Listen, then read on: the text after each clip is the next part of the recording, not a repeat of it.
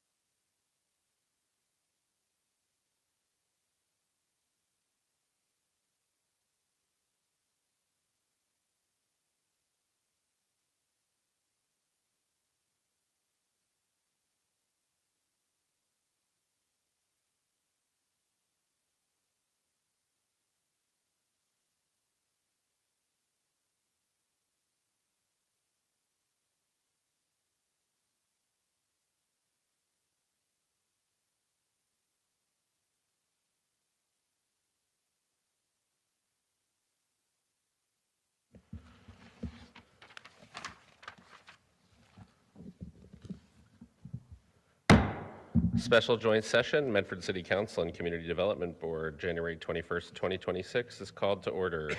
Mr. Clerk, please call the roll for the City Council. Councilor Callahan. Present. Vice President Lazaro. Present. Councilor Lemming. Councilor Mullane. Councilor Scarpelli. Present. Councilor Singh. Present. President Beers. Present, 7 present, none absent. Chair Carr. Yes, I'm calling the roll for the Medford Community Development Board. John Anderson. Scott Began. Paige Wildini. Dina Calagaro. And Ari Hoffman-Fleischer. Sorry, I put. And Doug Carr, present. Thank you.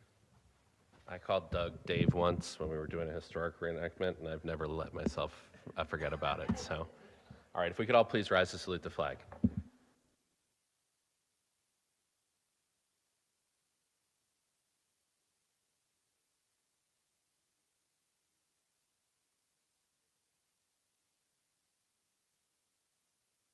All right.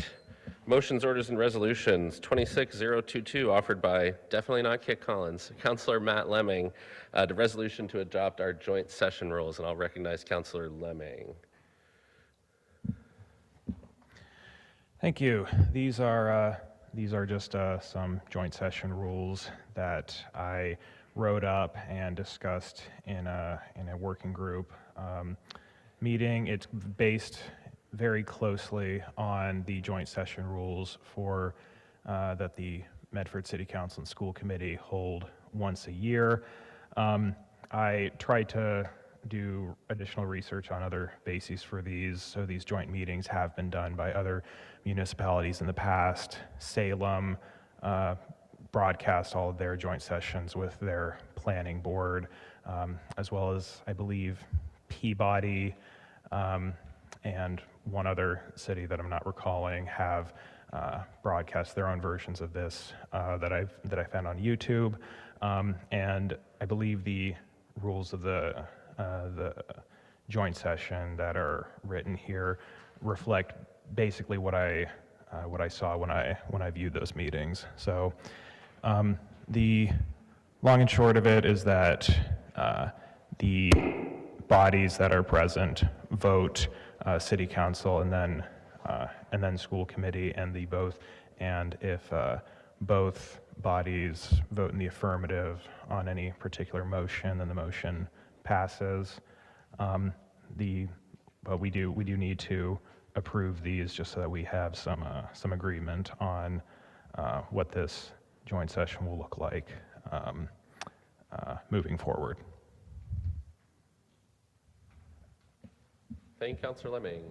Is that a motion to approve? That is a motion for the City Council to approve, and we'll also have to see a motion from the CDB after. Sure, yes. On the motion of Councilor Lemming, seconded by Councilor Mullane to approve. Is there any further discussion by members of the council on the joint session rules? Seeing none, I will turn it over to Chair Carr, and then we'll take a vote after the CD board has deliberated. Thank you.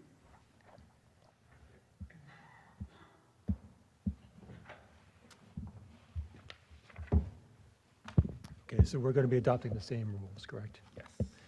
Okay, so I need a motion to adopt the rules which you all received in your packets to align with the City Council. Motion to adopt. Second, I'll call the roll. John Anderson? Yes. Sean Began? Yes. Dina Calagaro? Yes. Ari Goffman-Fishman? Yes. And Paige Wildini? Yes. Myself, yes. The motion passes 6-0. Well, since we haven't adopted them yet, I've already broken the rules once. We should have voted before you guys did. But we'll have that for us on the motion of Councilor Lemming, seconded by Councilor Mullane, to adopt the joint session rules. Mr. Clerk, please call the roll. Councilor Callahan. Yes. Vice President Lazaro. Yes. Councilor Lemming. Yes. Councilor Mullane. Yes. Counselor Scarpelli, Yes. Counselor Singh, Yes. President Beers. Yes, 7 in the affirmative, none in the negative. The motion passes, and the joint session rules are approved. Thank you all. All right, now for the fun stuff. Our motions, orders, or actually our hearings. We have hearings, paper 26023, offered by Councilor Lemming. Public hearing, proposed amendments to the Medford zoning ordinance, chapter 94, Medford Square. Generally how we do public hearings on the council, and it's, I think maybe a little bit different on the Community Development Board, is we generally hear a presentation from the proponent, or in this case, likely from Innes Associates. We have discussion, and then we open the public hearing to hear from members of the public. I know you guys do it a little differently, so I'm going to turn it over to Doug to do what you do for public hearings for the Community Development Board. Thank you, Chair Bears. I believe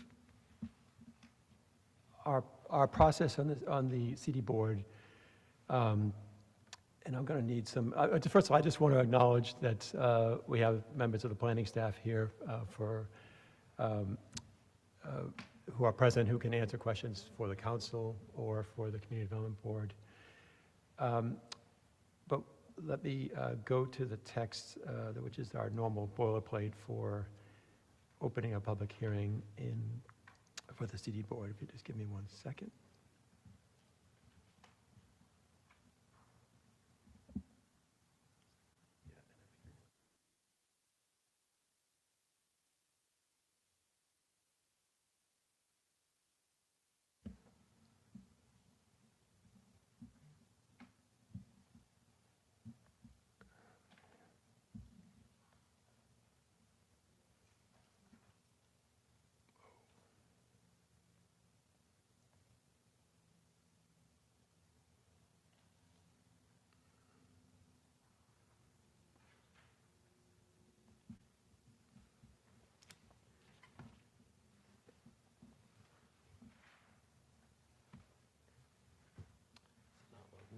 No. Is there any way that I can grab it, or do you want to read it from here? Yeah, Is this it? I think so. Okay, great. Son? Yeah.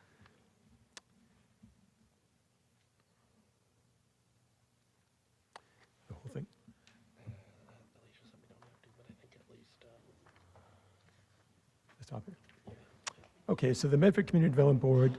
From here to there. Gotcha. Thank you, Alicia. The Medford Community Development Board, the CDB, and the Medford City Council shall conduct a joint public hearing on January 21st, 2020, after 6:30 p.m. in the Medford City Council chamber on the second floor of Medford City Hall, 85 George B. Hassett Drive, Medford, Mass., and via Zoom, via remote video conferencing relative to the following proposed amendment to the City of Medford zoning ordinance and zoning map.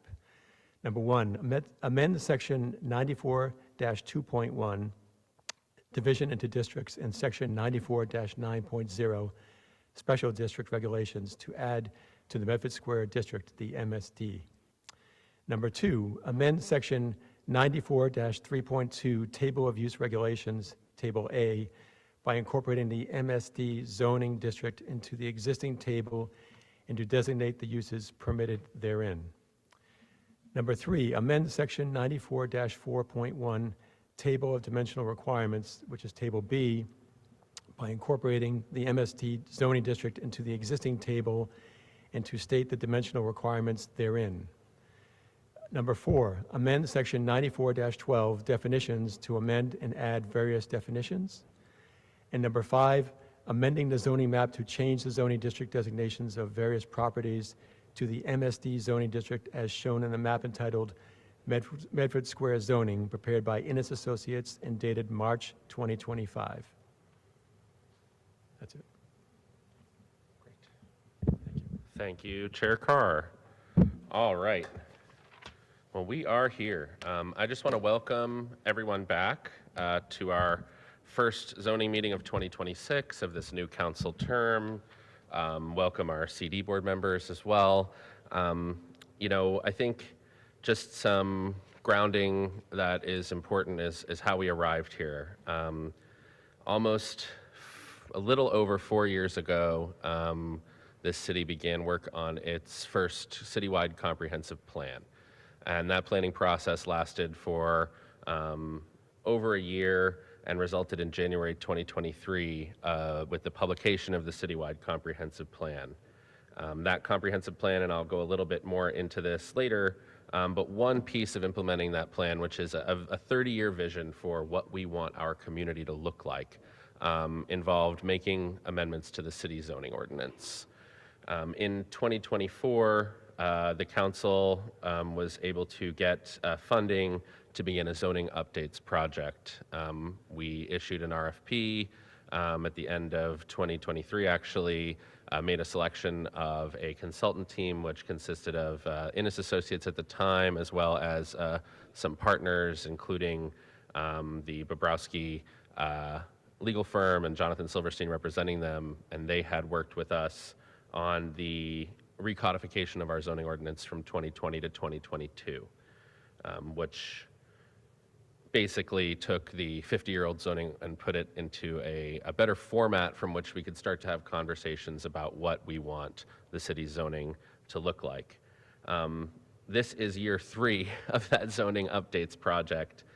In 2024 and 2025, the City Council and the Community Development Board and our planning staff and our planning consultant team held hundreds of hours of discussions, public meetings, community forums, and received feedback and engagement. In the first months of that process in 2024, we developed a citywide framework for rezoning. And essentially, that citywide framework included about 10 proposed zoning amendments.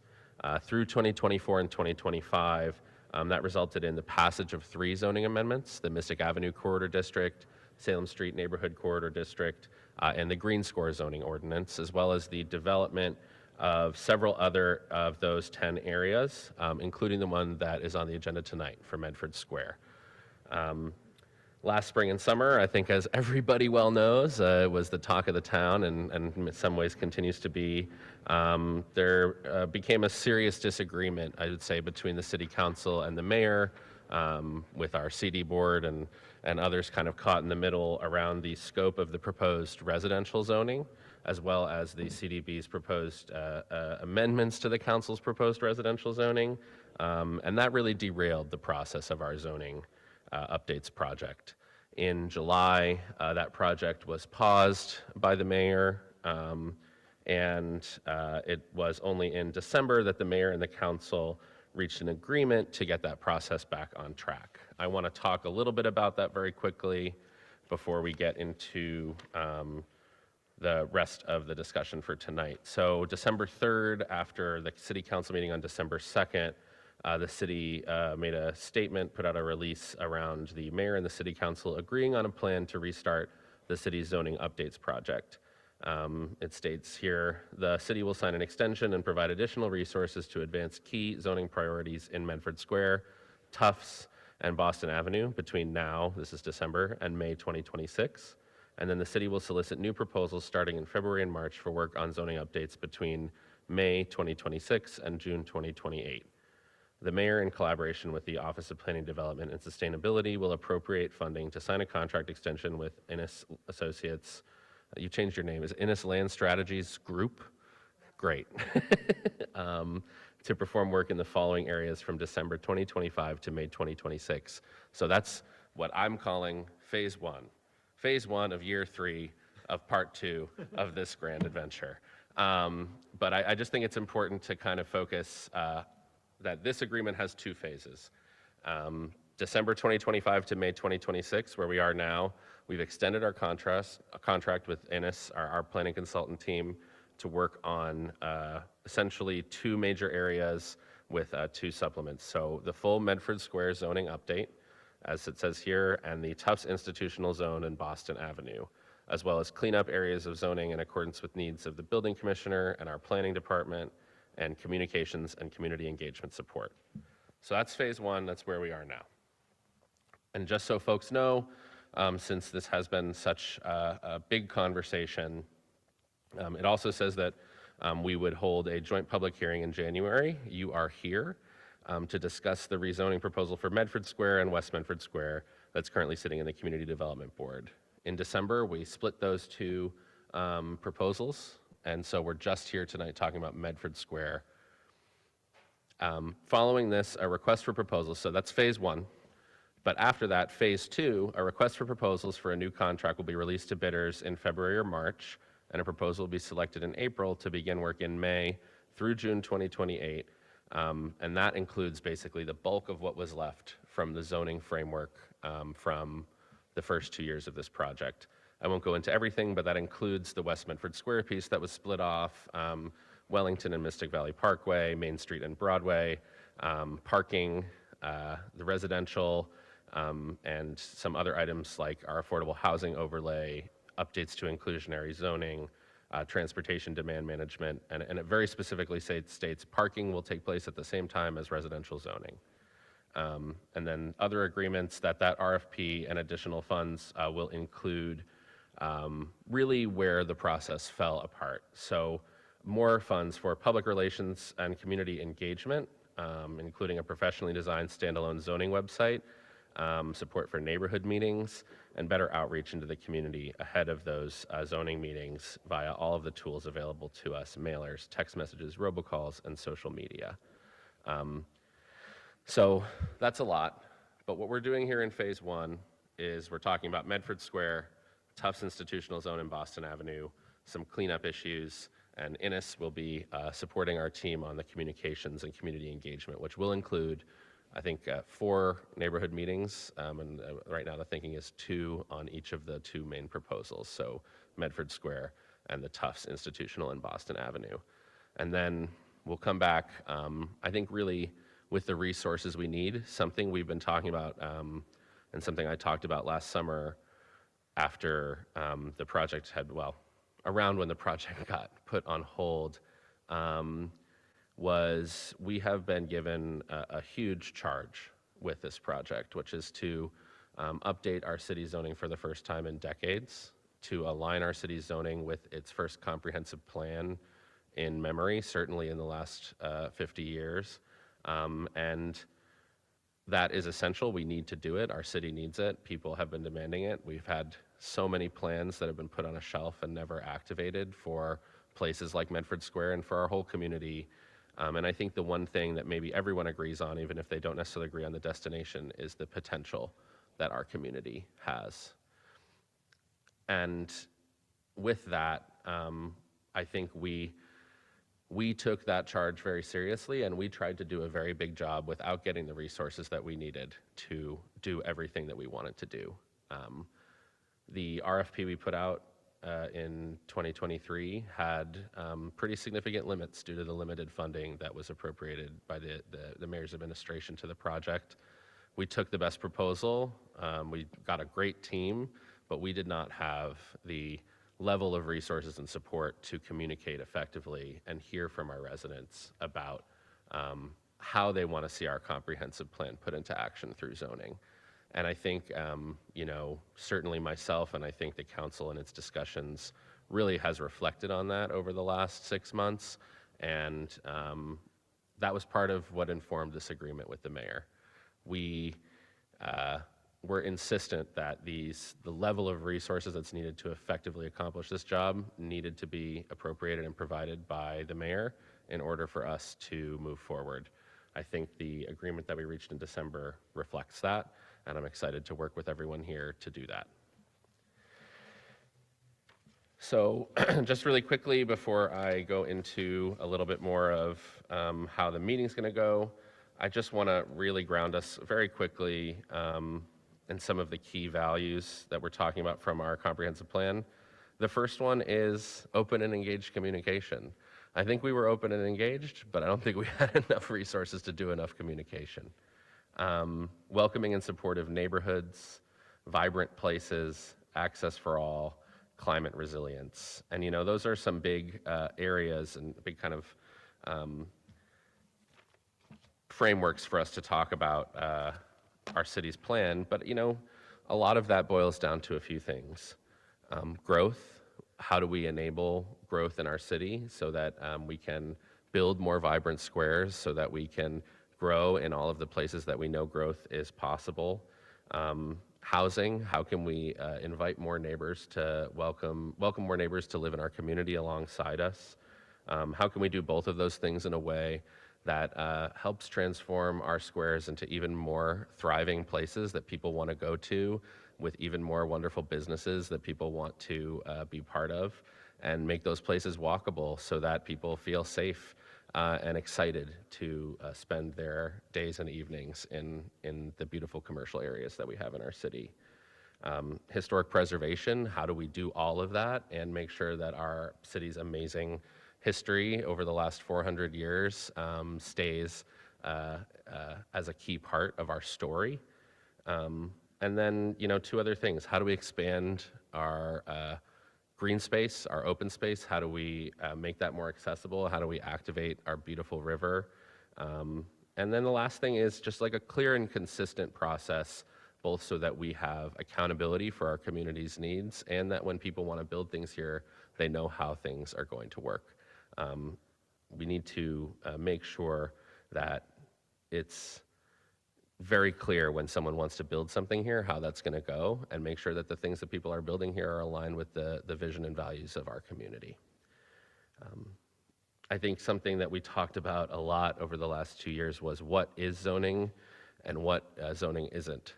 Zoning is about executing our comprehensive plan. It's about putting into law what we want to see our city look like in 25, 30, 50 years. And it is, quite frankly, it's about telling people what they can and cannot do with their private property. And I think that is a sticky wicket in a lot of directions.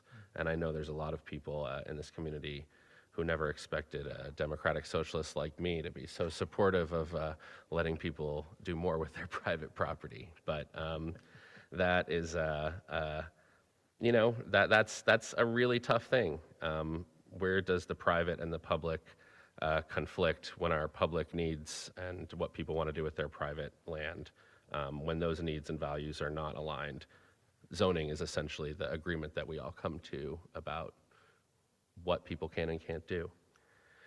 And I think the other thing is zoning is not a cure-all. We will not solve all of our community's problems with the best zoning ordinance. We could craft the best zoning ordinance in the history of zoning ordinances, and it won't address how big our fire department needs to be, how we manage traffic, how we help people get from place to place, and how we, it's also not a cure-all for the housing crisis, right? It doesn't solve all of those problems, but all of those problems interface with it.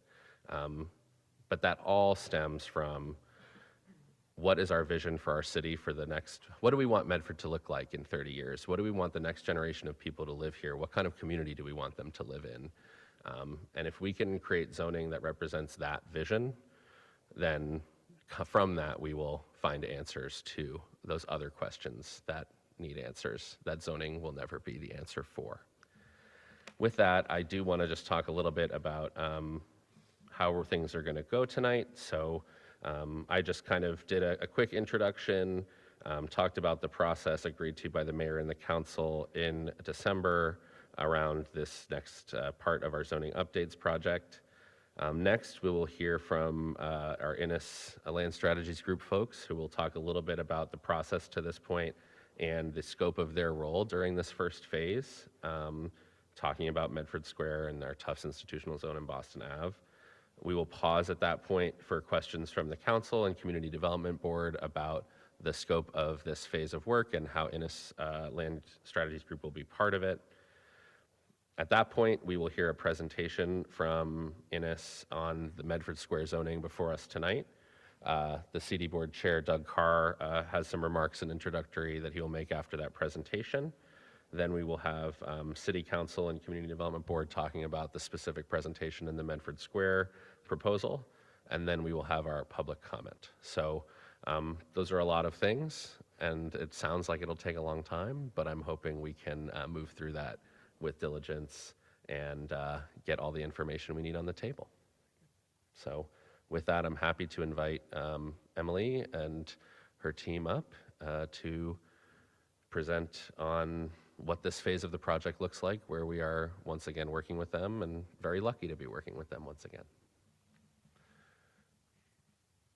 President, I'm just going to plug in first and then share my screen. In 18 months, we're going to make this all easier because we have to expand this whole chamber for 4 more counselors who really want to talk. Just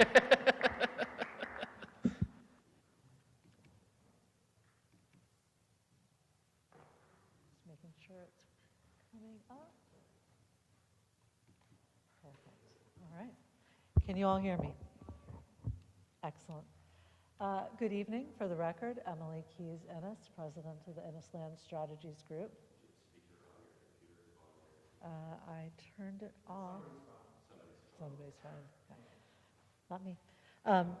You're welcome. Again, for the record, Emily Keyes-Ennis, President of Ennisland Strategies Group. I am delighted to be here again along with my team. Paula Ramos-Martinez, our Chief Resilience Officer, is with me tonight, and we, of course, have the same team and a few more since we last met. A few things have changed, and you mentioned one already, Mr. President. We have changed our name to Ennisland Strategies Group. So I wanted to go through first what our role is going to be, and let me just go to the next page here. We'll talk about the project scope. I will then stop, as you suggested, and take questions from the counselors and the members of the Community Development Board on what that scope is, and then we'll talk a little bit about the background to Medford Square. So as you said earlier, we have 2 phases, January to March, March really to May rather than June. Phase 1 is Medford Square. We have a few cleanup items that were requested by city staff on some of the earlier portions of the zoning that passed last year. We do have 2 community meetings, and we are delighted to have those, as well as 4 meetings with city officials. So some combination of city council, possibly back to planning and permitting committee, and certainly community development board meetings. And then the same again for the Tufts institutional zoning and Boston Avenue. Emily, if I could just note, yeah, these do not reflect the phase 1 and phase 2 I was talking about. Slightly this is different. Sub-phase 1 and sub-phase 2 of yes, phase 1. correct. we did not coordinate our phasing before this meeting. Phase A and phase B, maybe. Certainly one of the meetings that we talked about, so we got our contract last week. We had our first kickoff meeting last week. But one of the things we talked about at that kickoff meeting is we would really love to meet with the new with all of the Community Development Board, but certainly the new members, just to go a lot more in depth than we can go tonight on what went on last year in terms of what implications that has for where we are now. I think the thing that I really want to stress tonight is our next steps, which begin tonight, is our role tonight is to listen. It is to listen to the city council members. It is to listen to the community development board members. And most especially, most importantly, it is to listen to the community, the people who are behind me in person now, the people who are online.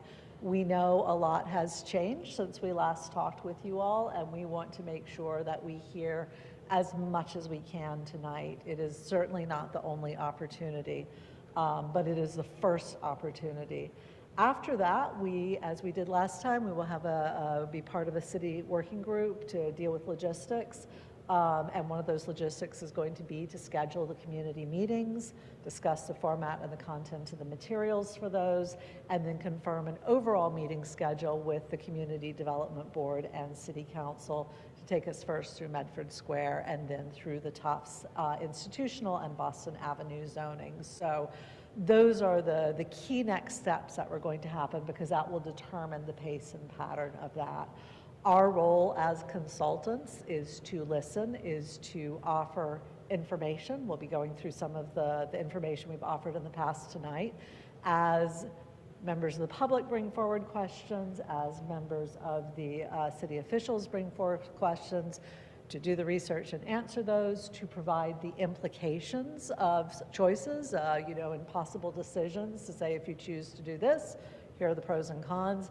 But ultimately, that decision-making is up to the people of the city who are involved in the process. We are information providers.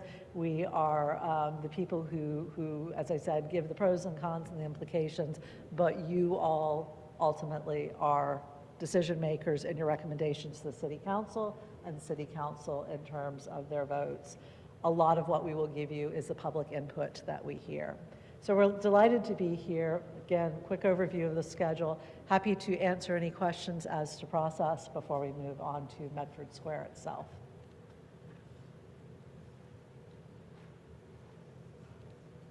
Great. All right. Do we have questions from members of the council for Innes right at this point on the scope of Phase 1, Part A and Part B? All right, seeing none. Councilor Lemming. Sorry, it wasn't a question. It was more of a comment, just to clarify one thing on the slides. And this is just so that we have transparency. When they say the city's working group, right there, just so that folks in the public are aware of that. That's an internal group consisting of the Innes Land Group, members of the Office of Planning, Development, and Sustainability, as well as a sub-quorum of both the Community Development Board and the City Council. So those, as well as the mayor and the building commissioner, director of communications, some other executive staff. The purpose of that is to plan the content of these meetings and just have some background for discussion. I am making sure that the other members of the council and community development board are aware of what's discussed in those meetings, although we do have open meeting law to consider. So, I'm going to be planning on taking notes and having the respective clerks send out the discussions that take place in those. So that's just so the public is aware of what that means. Thank you. Thank you. Do we have any more questions from members of the City Council at this time for Emily Innes? Seeing none in the chamber and no hands on Zoom, I will turn it over to Chair Carr. Okay, I would ask the same from the Community Development Board. Does anyone have any specific questions about the Innes scope of work going forward? Yes. You can request on the thing, and then we can see which mic you have. If you push the little person, yep, and then we can enable you here. Go ahead, Ari Goffman Fishman. Thank you very much. My first time sitting here.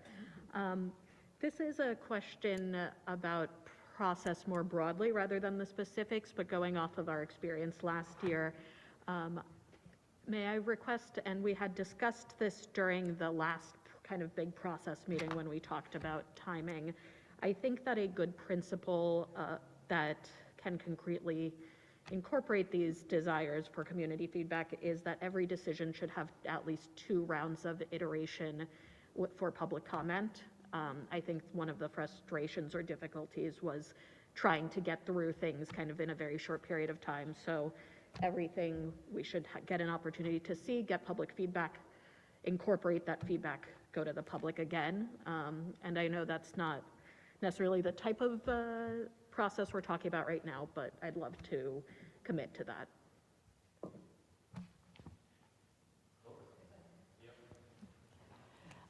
Two things to add to that. One, excuse me, couldn't agree more in terms of figuring out a way of getting information to the public, getting their feedback, and then bringing it back again. I think that goes into the overall work schedule that we're talking about, and also the fact of how do we time those community meetings. The other thing that I think we all saw happen last year was the kind of piling on of topics simultaneously, and one of the advantages of Phase A and Phase B is that Phase A, Medford Square, needs to be complete before Phase B comes forward. It doesn't mean that we're not working on the research and the information and all of that in the background, getting that ready to come forward, but it does mean that the CD board, the city council should not have two topics in front of them simultaneously. And we think that will help not only all of you in this room, but everybody trying to comment and not having to get confused about which zoning they're commenting on.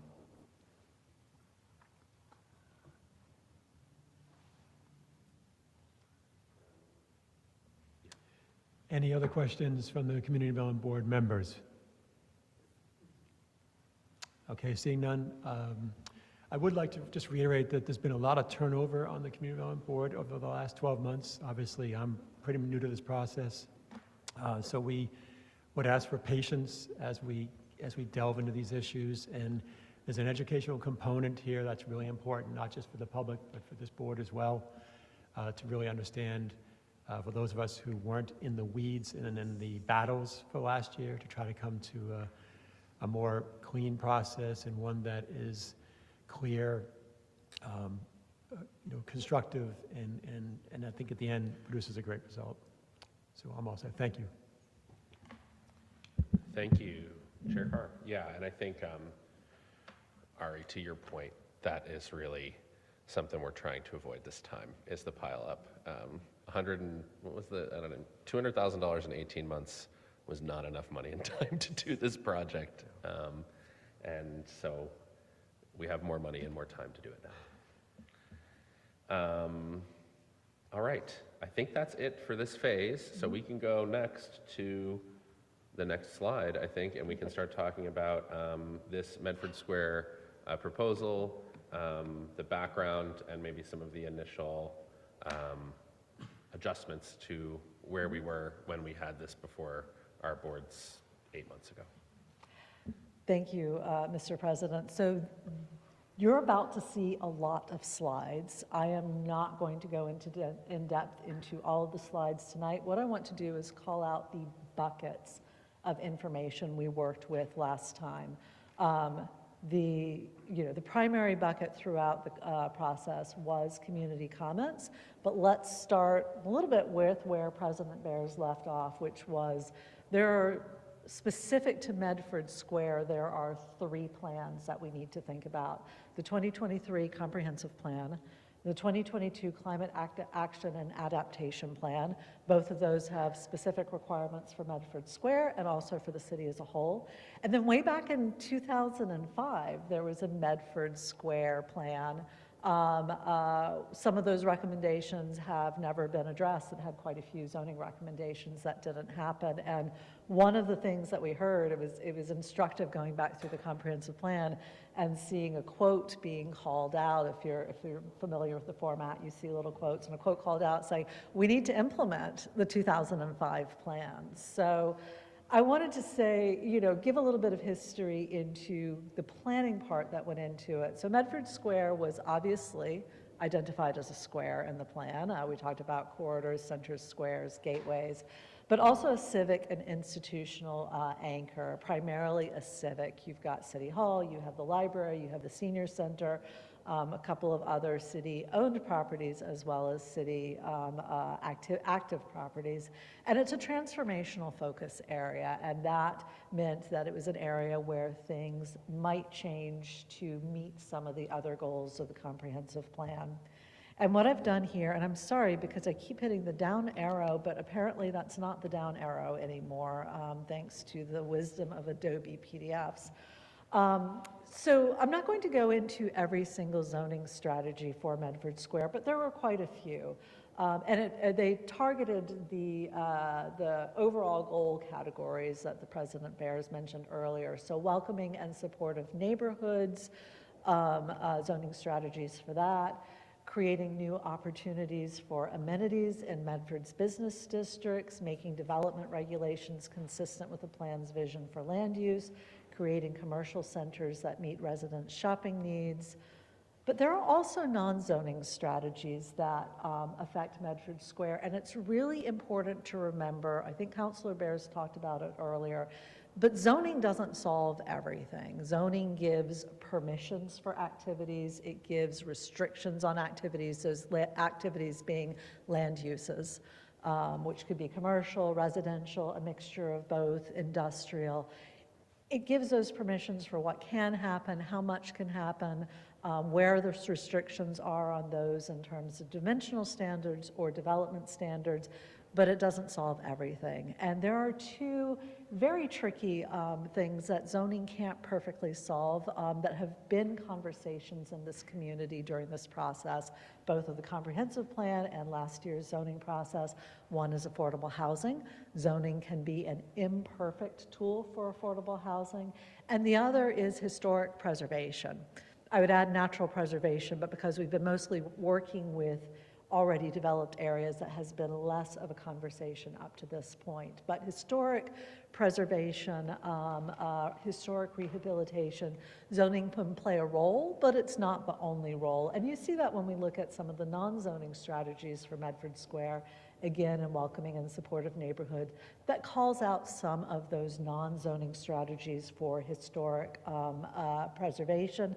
Placemaking is another thing, for the example, that you would see in the comprehensive plan, creating cultural districts, for example, that zoning can help with, but not fully address. Again, with the Adobe. So the other thing that we see is as we get into vibrant places, there are some non-zoning strategies in vibrant places that deal with arts, culture, programming of Medford's River that affect Medford Square, but don't necessarily affect the zoning. And this is something that we need to keep in mind as we're thinking about the zoning for Medford Square. What can and should zoning do in terms of permissions and restrictions, and what other policies and strategies will be required. Access for all, right-sized parking across all commercial centers. There was a vision for a public garage and future development and sustainability features to those, to a public garage. That's a strategy that can help with economic development and housing in the square, but is not a zoning strategy. So again, thinking about how these things work together. There were also the additional zoning priorities, and I already mentioned this, that the plan strongly recommended in its implementation section, focusing on areas that have been studied already, and Medford Square was a specific example and goes back to that 2005 plan. Now, the Climate Action and Adaptation Plan in 2022 had use and development standards that would be appropriate for Medford Square, zoning standards, new buildings and redevelopment that would make Medford more affordable, resilient, and low carbon, and a couple of other things that really fit more into development standards rather than use and dimensional standards, and that's something we'll be continuing to talk about. And then finally, going back all the way in history to 2005, that Medford Square Master Plan did have selected zoning recommendations. I've pulled out building height and massing, but it also had recommendations for parking and development standards. And I'm just showing this as an example of some of the things that were in there. It had some setback requirements as well as building and height, and that's something else that we have and will continue to look at. So that's the planning context. We also had what is the existing zoning? And it is primarily either commercial 1 or apartment 2 with a little smidge of general residential in the boundary that you see now. I'll explain a little bit more about this boundary later. I picked out one dimensional standard because it's a dimensional standard that a lot of people focused on in the conversations, and that is height.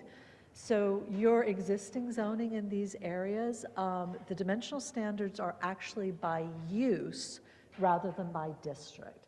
And that's one of the things that we've been working on, talking about changing. We certainly have in some of the others. And that's because when you have dimensional standards by use, you get a very inconsistent area. And so in this case, commercial 1, which is the pink up there, residential buildings are 6 stories by right, so multifamily. Commercial buildings are 4 stories by right. A hotel is 15 stories by right. And then other permitted structures are 4 stories by right. And this is your existing zoning. Apartment 2, similar in some ways. Residential buildings are 6 stories by right. Commercial users are not allowed in apartment 2, although we know in many cities what's allowed by zoning isn't necessarily what's on the ground. Medford is one of them. And other permitted structures is 15 stories by right. And so understanding that this is in your current zoning and this may not be the result that you want has been part of those discussions. We also, I promise I'll get the hang of this. We also looked, and so that's just a summary of the heights here. We also looked at what was going on in terms of other dimensions, not just height. And I'm just going to quickly flip through these maps. We had presented the citywide maps to the City Council in a workshop back in June 2024. And then we had redone these maps later in the process just to be for Medford Square. We had also done a non-conforming analysis, but those were online maps rather than static maps, so I don't have them in this presentation today. That map is currently offline as we reconfigure this process. We anticipate it will go back online again during the process. So we looked at the study area, we looked at the existing land uses, which don't always match up to what zoning says they should be because you have what are called non-conforming uses. We looked at the variety of lot sizes here, and one of the things that we look at is, as with height, is the lot size, does it match the zoning? Or like many, many communities in New England, the lot sizes are non-conforming, and that's what would be on that map, on the online map. We looked at frontage, which is the amount of land at the principal street. We looked at front setback, which is how far the building is set back from the street. Building height, and we'll look at that again as a comparison. Building coverage, which is how much of the lot, the footprint of the building covers. And impervious surface, which is how much of the lot, including building, parking, driveways, patios, that water cannot infiltrate into. And that's particularly important where you're looking at an area near a river and possibly in flood zones. We did also look at flood zones, but I don't have that here. And then finally, as I give you this massive flip through, I gotta have that. We looked at the historic assets. Now we had the wider Macris inventory for the entire city. We've clipped that down to the Medford Square area, and so you can see, as we'll give this to the city obviously to post on the zoning website, but you can see that most of Medford Square, that blue, has been inventoried. The buildings in purple are on the National Register of Historic Places. Unfortunately, just being on the National Register does not provide protection for historic buildings. We also have a little bit of the local historic district, which is that pink, clipped into our area. We're having a look at that building today. We have one building that has a preservation restriction on it. That would be a deed restriction, and we're in the process of pulling the deed to look at that. And then there's another building that has a preservation restriction on it and indicated with that star. So understanding the history of the building. Right? That's Grace Church is the one that has the preservation restriction. So understanding what else is on the ground in terms of uses and history is really important. I remembered that time. And then just further studies that we can do and talk about. Again, I picked height because it's a good one to look at. Is an aerial view of the area with some of the city buildings called out in white. Then the existing, on the top right-hand side, the existing building height of the buildings in the district now as we're looking at them. So you go from a couple of one-story buildings all the way up to a building that's in the 9 to 14-story range. We group them to make it easier to see. Down on the bottom left, you see the existing zoning, the allowed height that I called out earlier, but makes it kind of easier to see them side by side. And then the zoning that we ended up at the end of last year with the allowed height in that proposed, after it had gone through several versions of planning and permitting, CD board, and public input. This is the starting point. Emily? Yep. Could you just, it's a little bit hard to read. Yes. On the proposed, could you just talk a little bit about what those heights are? Just. Yeah, actually, or I could go on to the map, Great, which I was going to go onto the large-scale map for that very reason. There is an advantage of being able to see them side by side, but I know you have to get your magnifying glasses out. I will also read it out here. So this was the map as of, I Emily, believe, just how it's showing up for us, it's a little small. Could you maybe zoom in a little let me see if it will behave itself. Yes, excellent. All right, let's pull this bit? over. Yes, great. Yeah, and I can zoom in even more once I do the overview. Thank you. Okay, here we go. So this is where we ended up, I believe, the end of April last year. I'm sorry, it doesn't want to let me slide down. The end of April last year, these were the boundaries. You see the background, that was the then proposed urban residential and neighborhood residential districts. You'll see in the map, we have taken those out because those are no longer on the table. We've also are going to recommend a boundary modification immediately because those neighborhood districts are no longer on the table. We are just talking about Medford Square mixed-use districts. So mixed use 1, which is this light blue, you can see it to the south of High Street along the river there. That is what that is proposed as 4 stories by right, and 1 using the incentive zoning. Casting the mind back for those people who were involved last year, the incentive zoning meant that you had to provide a public benefit at a certain level in order to receive that bonus height. So you could have 5 stories there if somebody met those requirements for the public benefit. Mixed use 2A, so part of the conversation last year was splitting up the mixed use 2 into a 2A and a 2B. That allowed us to be a little bit more targeted in the conversations around height. And the proposed at this time, the information that came together was a 5 stories by right for 2A with 2 incentive zoning, and a 7 stories by right for mixed use 2B with a 2 story incentive zoning. And then mixed use, and so the 2A is the darker blue and the 2B is the lighter purple. And then over here, as you get close to 93, no, it doesn't want to do that. The slider is right next to the down arrow, and it just does not like that at all. Here, let me see. Ta-da. So that bright purple is the mixed use 3, and that gets us up to 8 stories by right with a 4-story incentive zone. So that is where we left off in terms of last year. I do just want to show that, and I'm going to zoom back in again. I do just want to show that we have recommended, so there was a piece up here bounded by Toro Rove and Governor's Avenue that was in the proposal. It was zoned as one of the residential districts that are no longer part of this discussion. We've removed that from the boundary, and then there was a piece over near Ashland Street between Forest and Ashland that we have also removed from this boundary because it was part of that residential zone discussion. You'll see the colors here, except for the Mystic Avenue zoning, which of course was passed last year. The colors for the residential zones have all reverted back to their current colors, just so there's no confusion about what we're talking about. Obviously, this recommendation has to go, in terms of the boundary change, has to go through a CD board recommendation to City Council, but just to let you know that that is an immediate outcome of this change in scope. And so with that, I just want to reiterate, obviously we're here to listen to comments and questions first from yourselves, and then I'm going to walk back over there and would love to listen to what the public has to say. Obviously, Mr. President, in accordance with how the two of you are running this meeting, our next steps are working with the working group for logistics, schedule the meetings with the community, schedule the meetings with the Community Development Board and the City Council. And thank you very much. Thank you, Emily.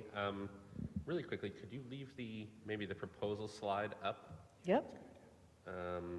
If that's all right with you when you make your remarks? Absolutely. Great. It's important to have it. This one, the recommended, or Yes, the one for your this. agenda? Okay. I think light poll, it seems people are fine with this being, an amendment from the original one. If you could do a light zoom, Yep. if possible. I will see what I can do Yeah. to zoom into the space itself. And after we hear from Doug, I do want to talk a little bit and maybe ask a question about, All right, is I think what that, you brought up around, this is great, yeah. Okay, great, perfect. Maybe with the legend in it, I know that kind of takes it back I a do little bit. not know if that will, I will cut off, hang on, let me That's just go okay. back. I think that's okay. This is the bulk of the square. Okay, that Yeah. okay, good enough? All right. Great. All right. Chair Carr. Thank you. Thank you, Emily, appreciate it. And I do think that every one of those suggested changes of the boundaries is an improvement. So I really appreciate that. I just want to pack up and just give people a little bit of background. I'm new to this board. Not everyone probably knows me, even though I've been in Medford a long time. I am currently serving on the Medford Historic Commission for the last 15 years. The Medford Brooks Estate Land Trust for the last 30, and the Community Preservation Committee for the last 9. So I have long, deep roots in the city, certainly regarding its architecture and history. But I'm also an architect, and I work for Cube 3, a company that's designed and built 6 large apartment buildings in Medford for the last 20 years, which has added about 1,600 apartments over that time and over 230 affordable units. So I am pro-development. I love history, but I really believe that we need to build, and Medford Square is a prime candidate for it. As was alluded to earlier, there have been many plans for Medford Square. My colleague on the CD board, John Anderson, and I served on the Medford Square Revitalization Committee under Mayor McGlynn 20 years ago, a effort that went absolutely nowhere because we did not have a real planning department at the time, which we now do, and we also have a much better vision. The comprehensive plan is an excellent vision, and I know the city council is completely different than it was at that time as well. So I think we're heading in the right direction. We have the vision that we need, and I support the redevelopment of Medford Square and the zoning. It's really a once-in-a-lifetime opportunity to set up Medford Square for the next 30 years, but as the comprehensive plan talked about, it's really looking to move forward very quickly in the next 10 years to get a lot of activity and a lot of changes made. But we have to do it right, and parts of this proposal I think are excellent. Certainly the eastern half of Medford Square, the light purple on the far right along Route 93, I completely agree with a lot of that, and I think what's proposed there will greatly improve not only Salem Street and Riverside Ave, but unlock the potential of the sea of parking lots behind this building that go all the way down to the Mystic River, which need to be redeveloped and are going to be redeveloped. This is a huge success for the city, and I want to support that. I do have some reservations about the boundaries beyond what was proposed. I think this is an improvement because we've taken a lot of sensitive residential areas off the table. To me, that is great. But there is still, I think, some odd things, some things that are in the boundary and some things that are not in the boundary that I feel should be. Like the UU Church is not in this boundary, and neither is the Medford Public Library in this boundary. But the buildings, basically along Winthrop Street are kind of lumped in with Medford Square. I think reasonable people can disagree about that, but I think that's where we need to look at this boundary together and look at every single property that's in it and out of it and make an assessment of that over the next couple of meetings. I also think that we really need to do, even though zoning is not the only tool, it is a tool that can help prevent historic buildings and buildings that are significant but not on the National Register of Historic Places from being risked to be demolished. There are buildings, as was noted earlier, that go back 3 centuries in Medford Square. And we need to find a way, a zoning way, in addition to potentially a historic district, and in addition to other tools to protect these buildings and make sure that we don't lose something that's critical to the values of the square, to the history of the square. I've been talking about, there's talk about a historic district, but there's also talking about single building historic districts that would make it a lot easier to pick off these buildings one by one and make sure that they're protected, but also allow them to be expanded and reused over time. The idea of a institutional zoning area in Medford Square that would cover all churches and religious buildings and all Medford-owned properties, I think is a great tool that will allow them to be reused and adapted over time but provide additional protections beyond this map. So I think there's some great opportunities there to protect the character-defining buildings in Medford Square as much as possible. And I really appreciate the opportunity to meet it together as a group. And I'm looking forward to the dialogue with the city board and the city council going forward over the next weeks and months. And we promise to act as quickly as we can. So those are my initial comments. I don't know if you want me to call on the city board now one by one. Council first? Okay, go ahead, Councilor. Yeah. Thank you, Chair Carr. Yeah, if there are comments and questions by members of the council at this time on the proposal, the presentation by Innes Associates, and then I'll turn it back over to Chair Carr to get questions or comments from the city board. I see Councillor Lemming. Yes, thank you. Chair Carr's comments are very well taken. I will say that I've been looking into and trying to investigate the possibility of poking the Historic District Commission to add either some historic districts around Medford Square, or even to individual buildings, since that is a process that we've seen in the past for protecting some of Medford's historic buildings. It is a lengthy process. They recently got done with establishing the South Street Historic District, but I'm planning on reaching out to them to check in on some of their future plans to add into some of these areas, some of the buildings that may not be quite as protected. Perhaps adding a district for them. A couple of the historic buildings are on land that's owned by the city, so it would need to be they would need to be sold off by the city, which would require a vote of the city council to do so. So there is some different forms of protection for those, but in terms of, I would be interested in knowing if there are any particular historic buildings that are on private property could be potentially acquired by developers. So that is something that we could talk about in the future. I don't know if you've done any research on that or have any input on specifics. Through you, Mr. President. There are a couple of different ways of thinking about this. Certainly, considering the dimensional standards of the buildings as they are now and how those relate to the existing zoning, would they be better protected?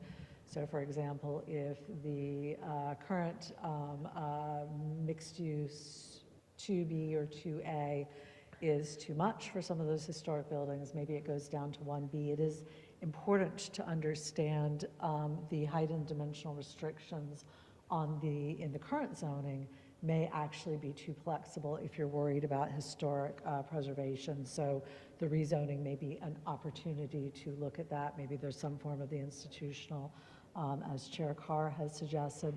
There's also both the development standards and also the incentive zoning as possibilities. For example, I worked in a community where they had some amazing historic buildings. It was down in Connecticut. And one of their strategies was to reduce or waive certain requirements if the historic building was preserved, so that a developer could come and do something bigger, but as part of that, they had to preserve a historic building. So in part of the conversation, some of those options may be ones that the community wants to discuss. And we'd be certainly happy to do some of the research, both on projects that we've worked on and tools that other communities have used, and present those for consideration. Thank you very much. It is definitely an important part of this process to ensure that our history is protected, that can spur economic development. People tend to like areas that have a number of historic buildings, so these things aren't, economic development, more building is not contradictory there. But the thing that I care about the most is being able to, personally, is being able to build more housing within the area and come up with incentives to add more affordable housing, which I think would be a pretty big component of revitalizing the square as well. Just the same, I'm sure that others have their own considerations, their own pet things that they'd like to see in the zoning, and so I will stop talking and look forward to hearing from everybody else. Do we have council members with more questions at this time? If you could raise your hands on Zoom for those who are on Zoom.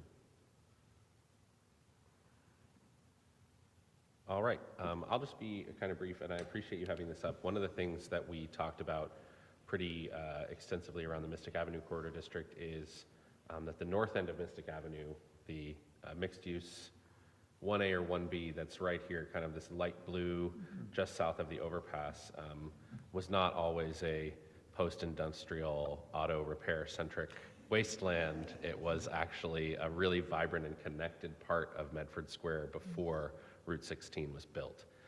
And I think that was what, it's not in the boundaries of the Medford Square district today, but it is kind of historic Medford Square, really any way you cut it. And so when we were talking about that extensively in fall of 2024, I really felt that one of the important things to try to do with this zoning was figure out what could the zoning look like there on the north end of Mystic Ave to try to reconnect that part of Medford Square that was cut off by the highway overpass. And I think between both the zoning and the vision there and the MassDOT plan that's coming in to fix the nightmare intersections that are there right now, I think we really have an opportunity to do that. And I do want to say that part of that was, that was the first pass at creating some of the zone frameworks that then informed this Medford Square plan. So you can kind of see that here with the north end of Mystic Ave. No one can see me, but that, the zone right on the other side of Craddock Bridge from that. And John, I want to get that video at some point of 7-year-old me doing my Craddock Bridge project from the Hervey School. That we start, in that lower mixed-use end, right in the square, even some of those buildings that aren't necessarily on the National Register, or maybe even those that don't necessarily need that single building historic district, still maintaining kind of that connectiveness, and then the core historic square staying at relatively low. One of the things that's been amazing to me in this process and others is, there have been buildings that are now 2 or 3 stories. I can't remember if it's the old Opera House or something, right on the river side of High Street on the left, used to be a 4-story building, right? And it was cut down. So, trying to keep that in the historic core a little bit more, and then as we move out, and that's one of the reasons for me, as we talked about the reasonableness, when you have the 7, 8, 9-story condo buildings on the far west side of the square, or the empty parking lots and some of the buildings, currently condemned former Ebisuya and CVS building and all the apartments in there, that's where you can expand out a little bit more into those heights. And I really think, given all of the projects that are going on, we have such an opportunity here. And I appreciated, Emily, you going through, I don't think there was ever, and I'm not saying you're saying there was, but I don't think there was ever an intent to say, let's rezone Grace Church so they can build a 9-story apartment building on it, right? I think it was just that what are the answers around historic preservation that are within zoning and outside of zoning? And if we can make recommendations around single building or pocket historic districts to protect things, like the Isaac Hall House and the building behind the Members Plus Credit Union on Bradley Road, I think that's a really important thing for us to do so that we have those places that serve as engines, both historical memory engines for development and for the growth that will come up around it. I was at the 150 years of the Library on High Street celebration last year, and they had these old postcards of High Street in maybe 1920 or 1910, and I mean, it's gorgeous, but one of the things that really struck me is that maybe the signs were different and there were more grocers and fewer banks, but other than that, you look up High Street towards Winthrop Circle, and it looks basically the same now as it did 100 years ago.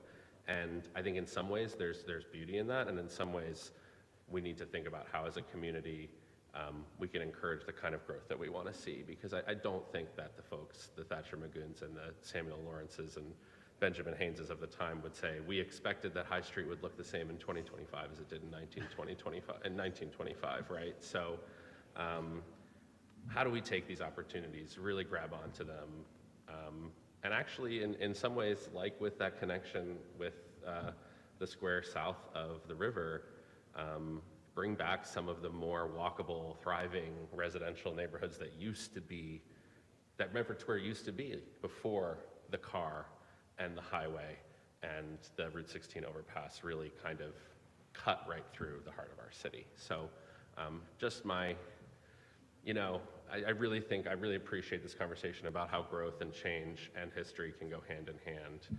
And in some ways, I think we're really celebrating our history by trying to bring back some of the things that we've lost over the last 50 years. I don't know if we have any other questions or comments from the council. I'm not seeing any hands. Liz does. All right, we'll go to Liz, and then we'll turn it over to you guys. Thank you. I just wanted to say, as someone who wasn't a part of a lot of the conversations previously on the council, but attended some of the zoning meetings, I really appreciate how you frame this to kind of see how we got to this point. I certainly think these maps are a lot easier to digest and really are able to showcase to people exactly what we're talking about here and how we got to this point that we are. So I really just wanted to commend the work that you've done to get to this point, because I think it's really helpful, and hopefully everyone online and everyone that's able to view it too gets a better sense of how this really can impact and change and really make some wonderful progress within Medford. And being able to get this more visible to people as we go through the process and making sure they can see these types of maps and get a better understanding of it, I think will be really helpful as well. So I just really wanted to thank you for kind of level setting us on this and putting us to this point as well. Mr. President, Thank you, Councilor Mullane. Yes, Emily. Just wanted to say thank you for that. And also to respond to the other comments, we are very excited by the opportunity, if the City Council and the Community Development Board members are willing, and it sounds like they are, to take this as a starting point and then use meetings with you all, the community meetings, to really do a deeper dive. We also frequently love using postcards in our work, so maybe we'll do a quick trip to Digital Commonwealth, but if anybody has access to those, that'd be great. But we're really looking forward to delving into these issues. So thank you all for bringing them up, and thank you again for your comments. Thank you. And yeah, I think get in touch with Sam Sednick up at the library, the local history room. Yep. They've got stuff. They've got a lot of stuff. They've got every plan that we haven't implemented. The archaeologist. Yeah. Chair Carr. Are you sure that all the councilors have commented? I'm not seeing any hands on Zoom, so. Okay. All right, I'm going to open it up to the Community Development Board for people, any initial questions, comments to Emily and in this group. Who would like to speak first here? Whoever's on microphone 4. That would, Dina. Dina, why don't you go ahead, Dina? 1 second, Dina. We gotta unmute you. We gotta run the system up here. Okay, great, thanks. I appreciate the redesign of the recommendation to remove those other areas of residential from it, because I was going to comment on that. One of the things I don't see, and I don't know if it's part of the proposal, but I'm going to talk about parking. I am. And it was interesting. My father, who's 86 years old, one of the places that he loves He loves the senior center. It's a very vibrant, and I think you mentioned it as an anchor, one of the anchors that we have here in the city. And I showed him the map, it's public information, and I said, Dad, where is that senior center? And he pointed it out. And I said, he says, is there gonna be a building there? And I said, well, it is zoned for that. And he said, where am I gonna park? So what I did is a little research, and I called Pam Kelly, who's the senior advisor at the senior center, and it is quite a vibrant place. On a typical Tuesday and a Thursday, there are over 250 people that go there. They have core balance classes, they have lunches, they have blood checks, like blood pressure checks, and my father loves it. My mother loved it. My mother passed away this year, but she loved it too. She went and attended the Shine programs there. And right now, I asked her, I said, well, how many are Medford residents? And you know what? They track them when they come in, if you're a Medford resident or not. 80% of our seniors use that site. Now, in other cities and towns, they converted old schools in a senior center, but that ship has sailed, right? So now we have this vibrant place. So we need to discuss parking for the seniors, because right now there's only 5 spaces in the front, and there's only about 18 spaces around the fence. Now, seniors can purchase a $25 ticket to park in the middle, but they still have to walk across the street to go to this wonderful place, a treasure that we have in Medford. So I want to talk about parking and the provisions that are needed, not only for that section, but for some of the mixed use as well, because it includes residential units as well. So I think we need to touch parking. The other thing I want to discuss is the setback allowances from each of those very high areas into the residential. We want to make sure that there's proper shading, studies done to not interfere with somebody who has a nice porch, right, on the back. And so, yeah, certainly parking. And the other thing I wanted to mention, I remember when they put that ring road in. So maybe we should discuss changing in the parking direction too of the city to bring back some of the vibrant life that was once there. I remember going to Medford Square when I was a little girl. Woolworths, Grants, Gilchrist, movie theater. It was a beautiful place. We used to laugh at some of them because we had such a beautiful square to go to. And once that ring road went in, the businesses left. So how do we get businesses back? How do we change the traffic parking? And how do we make sure and maintain the vibrant spot for our senior citizens? Thank you.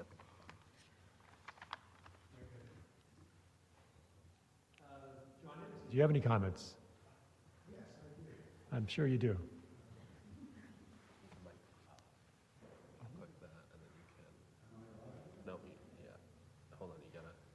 This one? And now you click this. Yeah. This one? Other one. Yes. Live now. Oh, thank you. Go ahead, John. I wonder if the idea of more historic districts certainly has promise. I wonder if there are other things we could look at too as well. Going back to the thing Doug mentioned, we proposed a design review process some 20 years ago, which got nowhere. We did a big presentation to the city council, and afterwards, one of the leading citizens of the community approached me, and I thought, this is great. Maybe he's gonna support this. And he had only one question for me. He said, John, how long have you lived in Medford? Anyway, so design review would be one possibility. Another thing would be to use the existing site plan review process and apply that to historic, well, it pretty much applies to just about anything you would be doing in the square right now, wouldn't it? We would just have to make sure that site plan review explicitly covered historic preservation. It currently covers it's sort of vague terminology about how that it has to blend with the community, blend with the neighborhood, but that could be made a little more explicit. So those are two possibilities that I think we should take a look at. I also want to comment on parking. A lot of the parking requirements depend on what kind of businesses you're going to have there. Not that anyone is proposing a big box store, but a big box store has vastly different parking requirements than small, an equally number of square feet devoted to small shops, coffee houses, that sort of thing. Is there any way that we should we be thinking about in the zoning specifying what kinds of businesses we want to allow in these sites? So, specifying businesses, design review, site plan review. To both the chairs, it would be easier to answer these in clumps, otherwise I'm going to forget what they said. Okay, great, excellent. I am going to work my way backwards, if you don't mind. So there is a table of uses in your current zoning, and you can see the parking recommendation next to the specific uses. In the proposed zoning for this, there's also a list of uses. I focused on the pictures rather than get into the text tonight because we're restarting this process, but there is a current draft that has uses. I will be excited to hear as part of this process if those are still the right uses, if there are some that should be removed, some that are missing. I think that's really important. We did not touch the parking standards as part of any of this process. So the parking standards that you see in the table of uses apply to those uses throughout the city. Now, there are ways of thinking about a mixed-use building and how to address parking for a mixed-use building. I am 100% positive that that topic is going to come up several times through this process. So I just want to acknowledge that we've heard you tonight and it is part of a larger discussion. Design review, it becomes an interesting point. So yes, most of these would be subject to site plan review. Some of them, in fact, might also be subject to a special permit.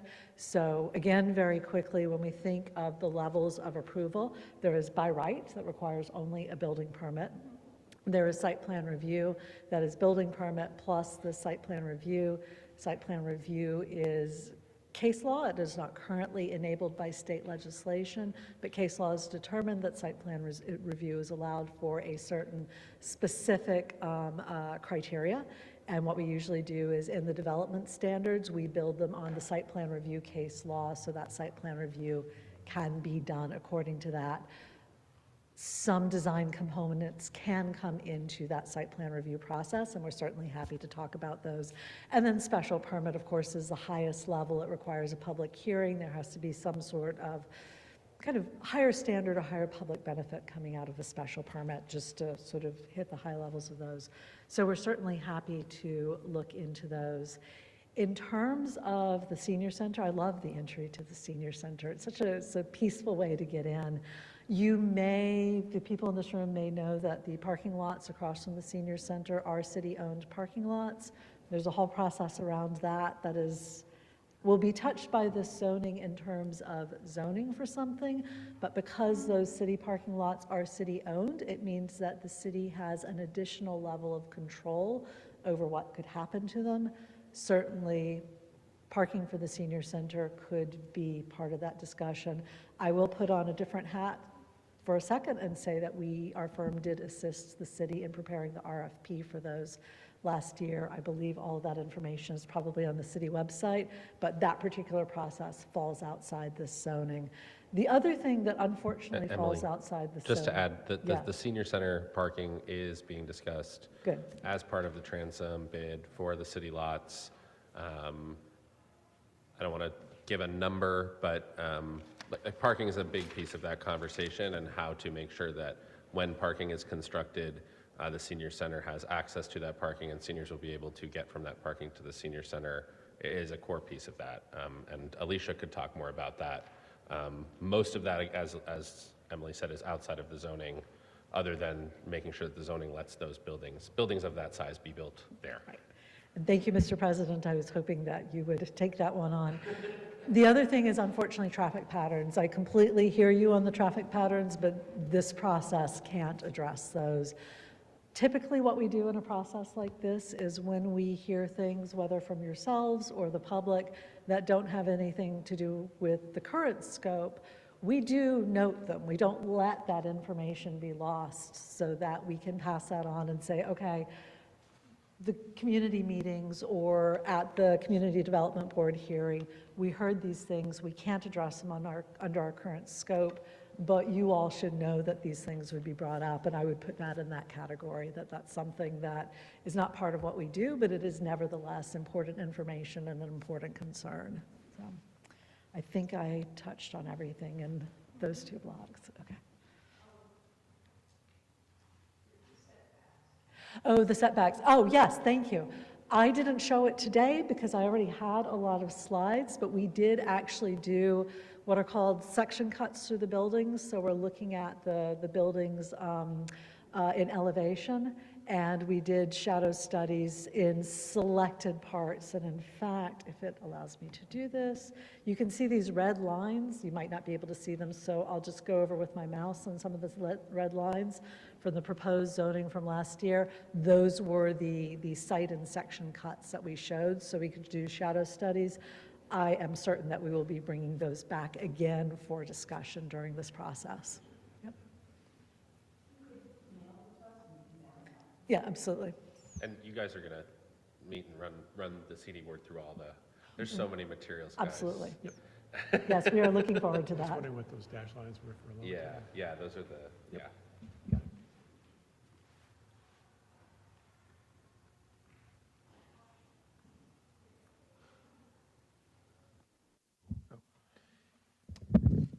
Paige Baldini, do you have some questions? What do we do? Want to click mic 4 and then enable, yeah. Go ahead, Paige. Thank you so much. It's so exciting to see everything that you've done, and especially starting this up. And thank you to the city councilors, to the board, and everybody who's here and watching. A few things that my colleagues have already talked about, but I think it would be interesting to know. May I just ask, just for protocol, the discussions that were had with that subgroup, is that something that we can discuss? Because I think some of it's important. Is that, I don't know the protocol. Sorry, which subgroup? The one that was discussing amongst the city councilors, Oh, like Councilor the Lemming had planning mentioned. group, yeah. Yeah, I mean, it can be, definitely, it's can be talked about, yeah. Yeah. Okay, perfect. So one thing that I think, and my fellow board member Began had mentioned is, this is incredible and it's awesome how we have already the zones, but is it possible to create districts within each area in the square? I know that it's already created, because even looking at the RFP that Transom has, and learning about when we saw that map change in the amendments for all of the parcels around City Hall, I think it'd be really helpful looking at the historic opportunity too. If we could create even those districts, that would be helpful. And then I think that could also help out when we discuss parking. I think, and to also agree with Councilor Lemming, I think affordable housing is very important. And the opportunity to have people living in Medford Square is very important. But as a business owner and a member of the Chamber of Commerce, I just want to make sure that we also respect the businesses that have set their roots down. And I want to make sure if we do have housing above, as we want, and we're going to incentivize it, which is great, we're also mindful of what that looks like for the commercial base. We saw this on Salem Street most recently with the new zoning, that it was a full commercial lot. And granted, it's different zoning, but the commercial space went from 3 units to 575 square feet with units above for housing, and with the incentivized housing for affordability, which is great, it did then not allow any commercial parking. So, and then looking at Salem Street and looking at how different the density there is, I think it's important to just be mindful of that. So I guess that's a lot of questions. And then one last thing, I do appreciate, Councilor Lemming, what you said about the almost historic tourism thought. I think any way that we can bring people into Medford, the 250th anniversary celebration of the Battle of Lexington infused some of those communities. So to think if we could create a historic district overlay or something that we can then use that to bring other people into Medford to live and to spend money and to patronize our businesses would be really great. Thank you.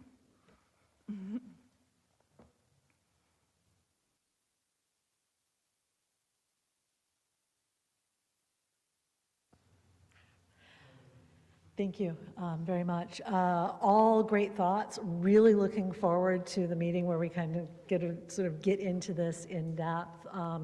And the working group is primarily to set up these meetings and understand what content is going to which board when, so we make sure that's coordinated. But I believe Councilor Lemming said he was going to record them so that they would be fully available. I think I heard that correctly. Yes, in terms, so the way this is set up, you already have obviously some sub-districts going in there. There's no reason during the process. Again, your role will be to give recommendations back to the city council, so those can change. I think that's part of what we're learning tonight, is that there's a flexibility around that, and we're certainly excited about those discussions. Historic districts, like the local historic district, are different from zoning. So doing a historic district which involves a whole series of steps in terms of inventorying and making sure that you've got the right qualifications is not something we do and not something we're scoped to do. But I think in the zoning portions I mentioned earlier that there are ways that we can look at how the zoning can help preserve or support the rehabilitation of or the reuse of the buildings. We're excited to do that. And during this process, you may actually gain, as a community, the information you need to look at historic districts and local historic districts. Local historic districts have a little bit more teeth than National Register historic districts, and so, you know, it's a valuable conversation. It's something that was mentioned in the comp plan. In terms of businesses, you know, it's interesting because Medford Square doesn't currently allow mixed-use zoning. And one of the things that we're finding as a best practice is this idea of putting housing above commercial to provide, you know, instant customers, right, to the commercial below. But as you say, there has to be a balance. And I think, again, that's not how we do that balance, whether or not what you see here is the right balance or we need to mix it up. I think that's part of the continuing conversations that we're going to have for this. So I'm excited for it, but I'm really glad you brought that up as something that we need to make sure during the conversations we're continuing to pay attention to. So thank you.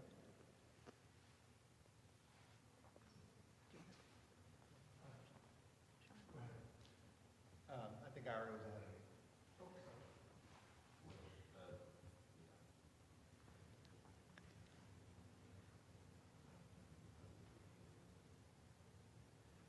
Thank you. And thank you, so thank you to Innis, I was about to say Innis and Associates. Innis Land Strategy is the new, for all your hard work on this and your continuing work. I am excited to pursue this methodically, and I think we do need to go slower, but I also do want to imbue it with a sense of urgency. I think one of the things that Emily pointed out that always weighs heavily on my mind through the several years I've been on this committee is this current zoning is wildly misaligned both with what we are doing and what we want to be doing, and it allows for situations where the city has committed legally to allowing things that perhaps we would not intentionally allow. And one example is I think there was a lot of public frustration with, say, a 15-story dorm that is entirely legally allowed under current zoning. So I do think we have a sense of urgency as we approach this methodically, systematically, and intentionally. And I'm excited to do this with this group. I'm curious about what the shared vision is for the goals of this meeting. We're kind of going between these very high-level goals, which is what I was imagining, down to the, you know, parameters for individual buildings, which in my mind is something that we should be pursuing later in this process. But I kind of would love to know what our goal is for, while we have all these minds in one room able to speak to each other and hear the same information. If I may, I have kind of a couple of thoughts to add to that.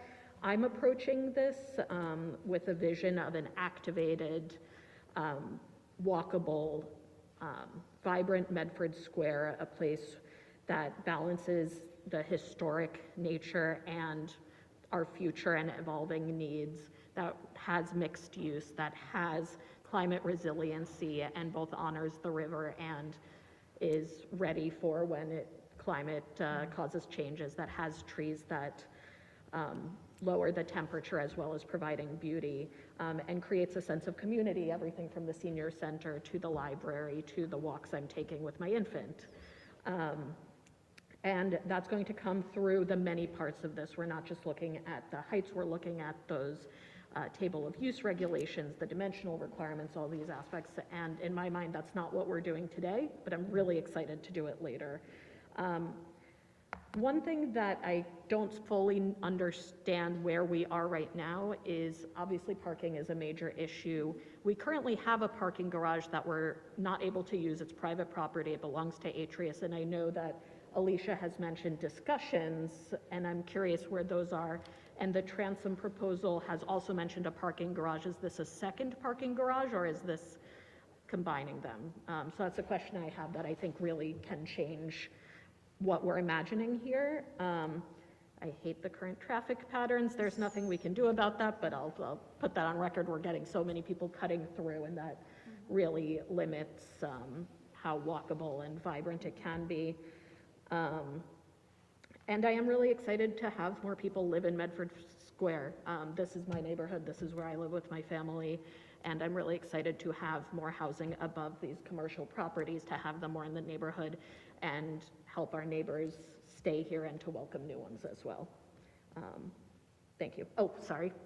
That was such a good ending, and I realized I forgot one of my notes, which is I know there's been occasional whispers about a possible T extension, and I don't know what we can do with that. And I know we can't incorporate that into our zoning, but as we're as we're visioning this, I think methods of transportation do drive a lot of this urban planning, and I just have that in the back of my mind. And if anyone knows more about it than I do, I would love to hear how that may or may not impact anything.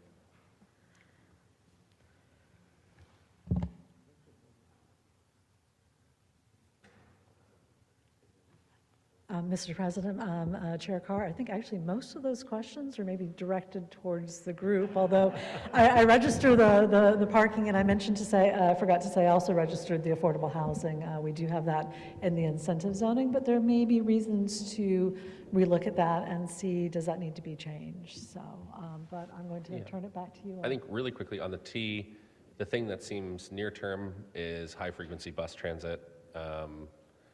I have many times drawn a map of where you pull the green line off, or where you bring the Medford branch back through down by Magoon.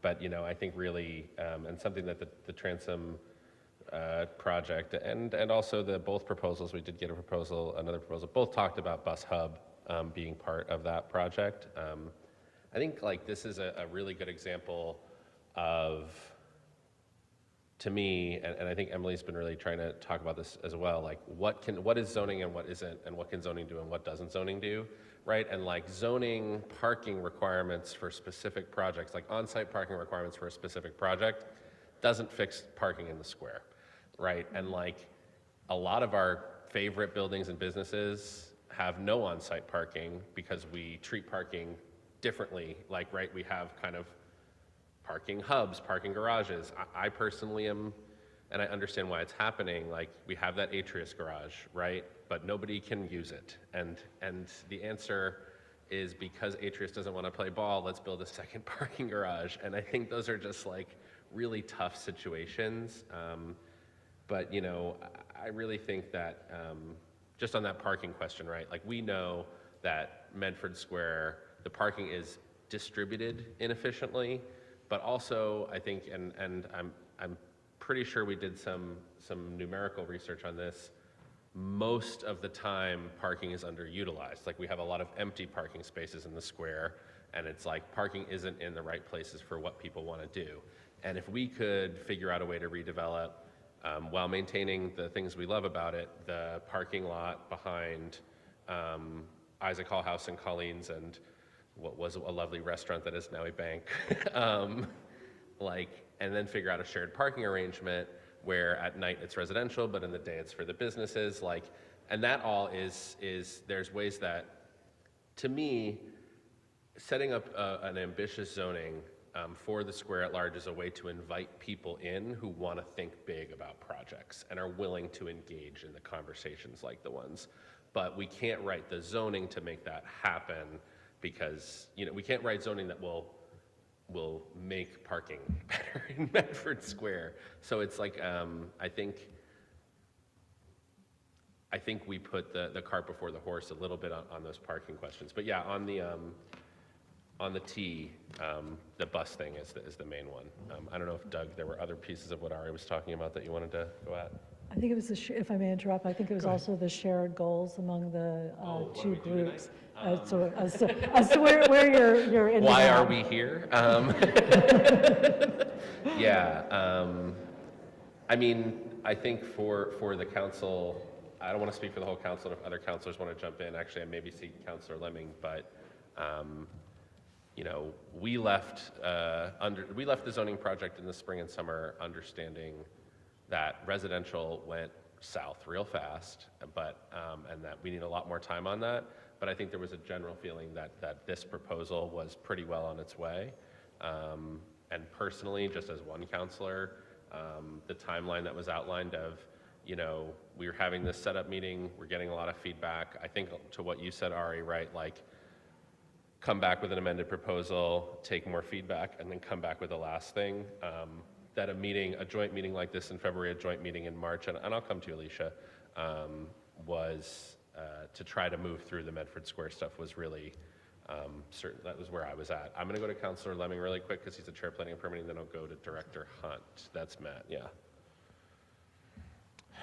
Yeah, so one point that I did want to make is that the transom proposal does would contain additional parking very near the senior center. It's just that those lots do need to be rezoned before that can start. If this proposal does go on or proves to take a lot of time, then we could have discussions about separating that to allow the transom deal to move forward. But we'll be sorting that out we'll be having a discussion about that in the working group meetings. It could be that it's not worth it. We just want to have the whole package. In terms of severing different parts of this, so I believe under Mass General Law, and again, this is something that we could discuss more internally with the city's legal counsel. This does have to be passed as one package. Now, previously in a meeting last year, this was joined with Medford Square and West Medford Square were joined in one proposal. And procedurally what happened was in a December meeting, City Council withdrew that proposal from the CDB, got rid of it, and then submitted two new proposals, including this one, which were effectively the same thing to the CD board. So the content of this is all the same as what was put forward last year, but procedurally it's a new proposal. I also completely agree with CDB member Fishman's call for some urgency on this. Every time there's a store or a business that opens up in Medford Square that people don't like, the Chase Bank was the most recent example of that. People want the city to step in, and they say, what are you going to do about it? Like, what's going on here? Can you prevent that from happening? And the answer is no. We could have prevented it from happening with more adequate planning, but I think the fact that on the CD board we have members talking about how they were on Medford Square planning committees 20 years ago does say something about the fact that there is a lot of backdrop to this process and a lot of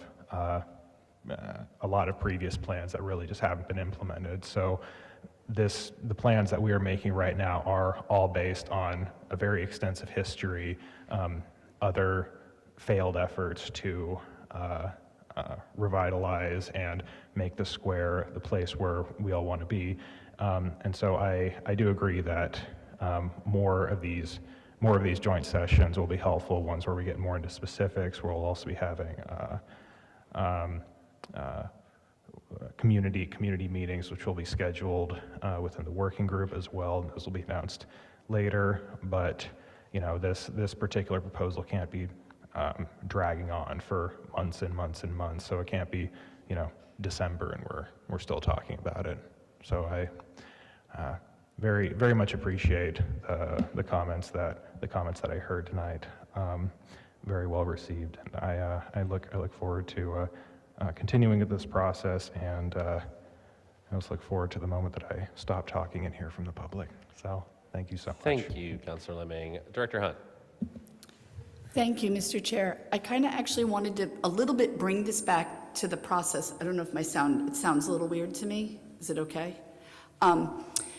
Bring it back to the process and make some examples for recommendations. So for example, we heard here about the desire for more parking lots, parking garage in the square. In the use table as proposed for Medford Square right now, parking garage as an accessory Jim, can you to adjust the audio level on that manual? This is what I was worried about with the. It's not you. Can you change the volume on there? Maybe. I turned it off. You're right under the speaker too. It's like a really bad location for a microphone. Do you want me to just step That would be great. Yeah. asked for? Thank you, Paige. Sorry about the noise. So to give you the example of how we're going to bring this back concretely, in the zoning before you, in the use table, number 5 is parking area or garage accessory to principal use within 500 feet of a conforming principal use. But it's a no in all 4 zones. I've just heard all of you say, or the CD board say they'd like to have that. So the process is that the CD board would make the recommendation that they would like to see that changed to a yes. They make that recommendation to the City Council. City Council may or may not accept that recommendation as they adopt the zoning, with the broadness that in general the zoning will get adopted. Our hope by having these joint meetings is that instead of the City Council just seeing a bullet saying change this from an N to a Y, they've now heard the thoughts in the discussion, and then they're more likely to say, oh, we understand that. Or in the course of an evening like this, you might say to them, let's dig into that a little bit more because I don't think so, I disagree, so let's understand it a little bit better. So I'll just flag for you that 5 and 6, the municipal parking area, is also listed as a no in most of it. But what's not here at all as an item is a privately owned parking area or garage that is not accessory to a principal use, so as its own principal use. So another recommendation the board, it sounds like, wants to make is to add that as another use and then put that in as a type. And I'll just, because you mentioned banks, I noticed that banks are a yes all the way across.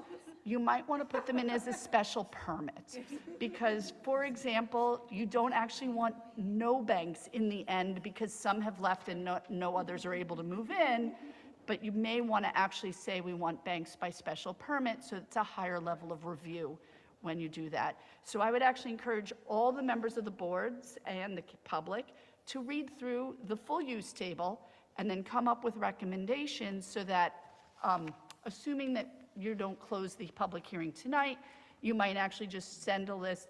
And I would offer that if you have very specific edits like that, you send them all to me and Danielle. We can compile them with Emily, and then we can say, here are all the ones we've heard back, so that you don't each all have to individually say it in a meeting, but we can say, here's what we've heard from the board, so you can all review it at once. And if we have that early enough, we could put it back out to the public, so at the next meeting, they could also reflect on those thoughts as well. Thank you. Thank you. Thanks, Alicia. Yeah, I think to Ari, to your question of what are we,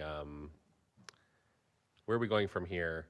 I think there is generally, like, how are we going to get to a consensus point around the length of this process? I mean, we have the agreement between the mayor and the council, right, which says essentially this phase is going through May. And we want to get Medford Square and the Tufts Institutional and Boston Avenue zones done by May. And that's where the mayor and the council landed. So within that, how can we facilitate some of the priorities, like having two iterations on each proposal where we can get some feedback in on them and then have a second iteration, and then that can move to a final vote. I think fitting those kinds of feedback and engagement, making sure there's the community meetings, like one in February, one in March around Medford Square, within that overall framework is important. And I think, right, like for me, something, and you were here, Ari, and maybe some of us weren't, like if we start chopping and splitting and cutting and layering, we're talking about the eastern third of Medford Square and the western third, but the middle third's in 2 weeks. And that's how we get into process nightmare land. And, you know, for me, how, like for the Transom project, for example, right? Like it is part of anchoring this area of our city. How do we talk about this area of our city? And we can talk about the pieces within it, but I think when we start going down the road of chopping and splitting things up, we're gonna end up in a situation where it's really easy for people to get confused about what we're talking about. And also just we have a pretty concrete timeline on this phase of the project based on the contract extension and the funds that are available. So I think getting the information out there tonight, at some point we want to hear from the public, which I think is important. And then we'll come back here, I think in 5 or 6 weeks, and you guys will have had some intervening meetings. We may have had one as well, and we'll be able to come back together, and ideas like what have been put forward can be incorporated into that round. Doug, go ahead. Yeah, just a quick comment. I think what would also help the process, and I think, Emily, you did this tonight, is you brought back a new map that had already pre-addressed some issues because you knew they were out there. I suspect that the way forward here is to have a new map at each meeting, essentially, for the combined meeting, because you're going to hear that feedback and give it. I think if you see consensus, the map should evolve with the comments, and if there's true consensus here. But I do want to recognize Sean Bagan next. Yeah. So, And then we're gonna come back. I think we have some counselors after. go ahead, Sean. Thank you. Thank you, Emily. So I just want to step back for a second and just ask you about the current zoning regulations in Medford. Most of the square is C1, I believe, a vast majority of it. And we know under C1 that you could actually build residential up to 6 stories. So, which is very much in keeping, I think, expanding residential in the square is much in keeping with the goals of the current plan. And we know that there's no 6-story apartment buildings in Medford Square, and that's because of the dimensional requirements essentially that are currently in place. So would you agree with me that one of the primary focuses in needing this new zoning is because the dimensional requirements as they currently are make it almost virtually impossible to make any changes to the buildings in Medford Square, especially in kind of the heart of Medford Square from Salem Street, maybe at City Hall, Salem Street, running through CVS, where the buildings they're touching one another. They take up 100% of their lot. Right. There's no setbacks. I'm looking at the dimensional table that is proposed. I think we might even have to go more aggressive to actually, if we're talking about by right, if we're talking about giving owners and builders a by right avenue to do something and not have to go to the ZBA for they hit 3 of the requirements, but we have 80% building coverage.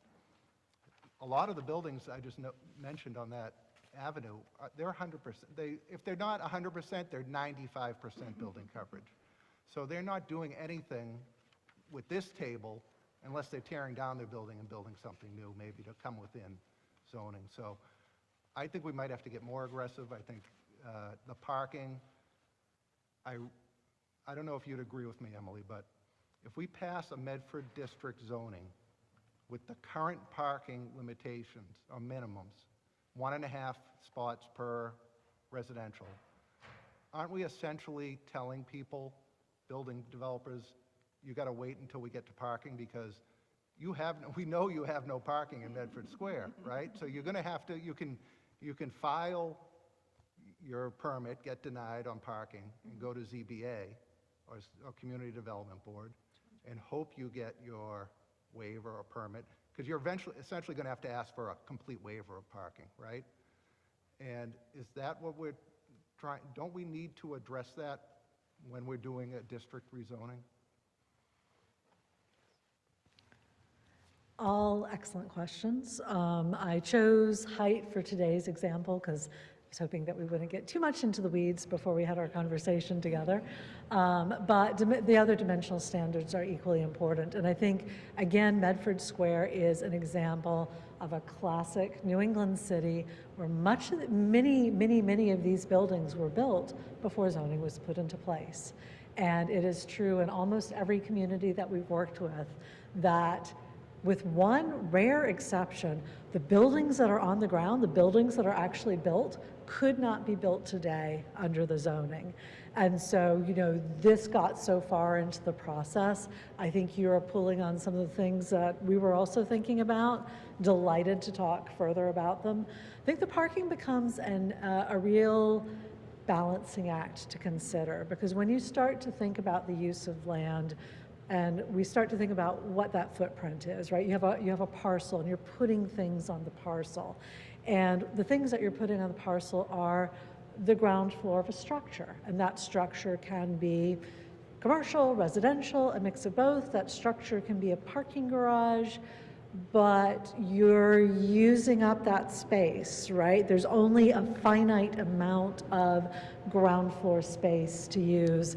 Then you can go up. So how are you going to go up? Are you going to tuck the parking on the lower levels because you've got a topographical change? And this is true in part of Medford Square, that there's a point at which the topography drops off and we could understand how to park underneath, and then at street level, you get to see the commercial activity and the housing above. That is a strategy. Is that not going to work because there's a part that's flat, and so you have to maybe tuck the parking in the back? Maybe there's 2 levels of parking you can't see from the street because it's lined with commercial and residential. Is that an option? But you know what? Some of these parcels are really shallow. And what are they going to do? And actually, some of our height thoughts were due to the fact that we knew they weren't going to be parking on site. So you could tell them that they can go up to 15 stories, but as a practical matter, they can't because they can't park it. So I think all of these are going to be conversations. The balance of how we deal with this are going to be conversations with both of these boards and with the public over the next couple of months. But I think you're really hitting on a lot, collectively, you're hitting on a lot of the issues that were sort of starting to be part of the conversation when we finished that first round with Medford Square. So.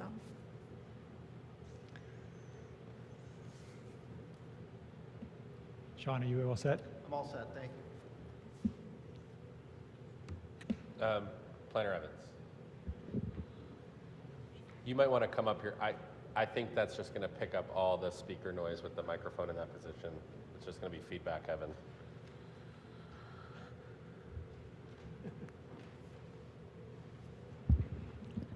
Thank you, Danielle Evans, Senior Planner.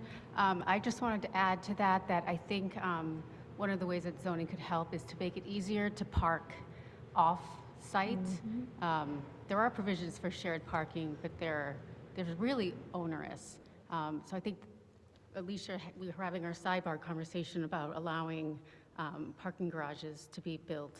I think there should be some design standards that they're wrapped with some active uses, but otherwise I don't see why we wouldn't want to allow privately owned parking garages. They could probably build it a lot cheaper than we would, and they could lease out, entire floors to apartment buildings or, other various uses. They could have long-term agreements, so there's some form of permanence. Maybe there could be some cost sharing, I don't know, but the idea that all of the parking needs to be on the actual property is how we're never going to get any top-of-the-shop housing that we desperately need in the square.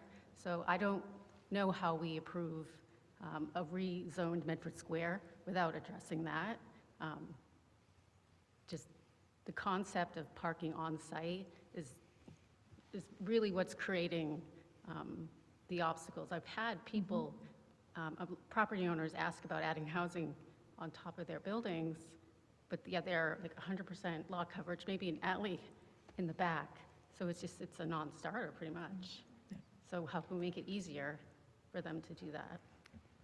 Right. Well, I mean, I think again, we're on like the chicken egg cart horse question, which is like one of the ways that we get someone to come in and propose, and I agree, like the offsite and shared parking, that needs to be a piece of it. Parking minimums, period, need to be a piece of it, right? Like, are we building walkable housing that is not auto-oriented? And you say, you know, if you build this with a zero minimum, you can't get an on-street permit. You can't, you know, like this is not for people who want to park a car on site, or do they want to rent one? But like, I also worry that, I think when you say, this is the kind of square we want to see, we want a walkable square with buildings of this size, with mixed uses, like one of the reasons we don't have the residential, like Member Began is saying, is yes, it says residential or commercial, but there's not a mixed use in the C2. So you can't have a 5/1 for 6-story residential because there's no mixed use in the current district. So like, and I appreciate you bringing up the dimensional question too, right?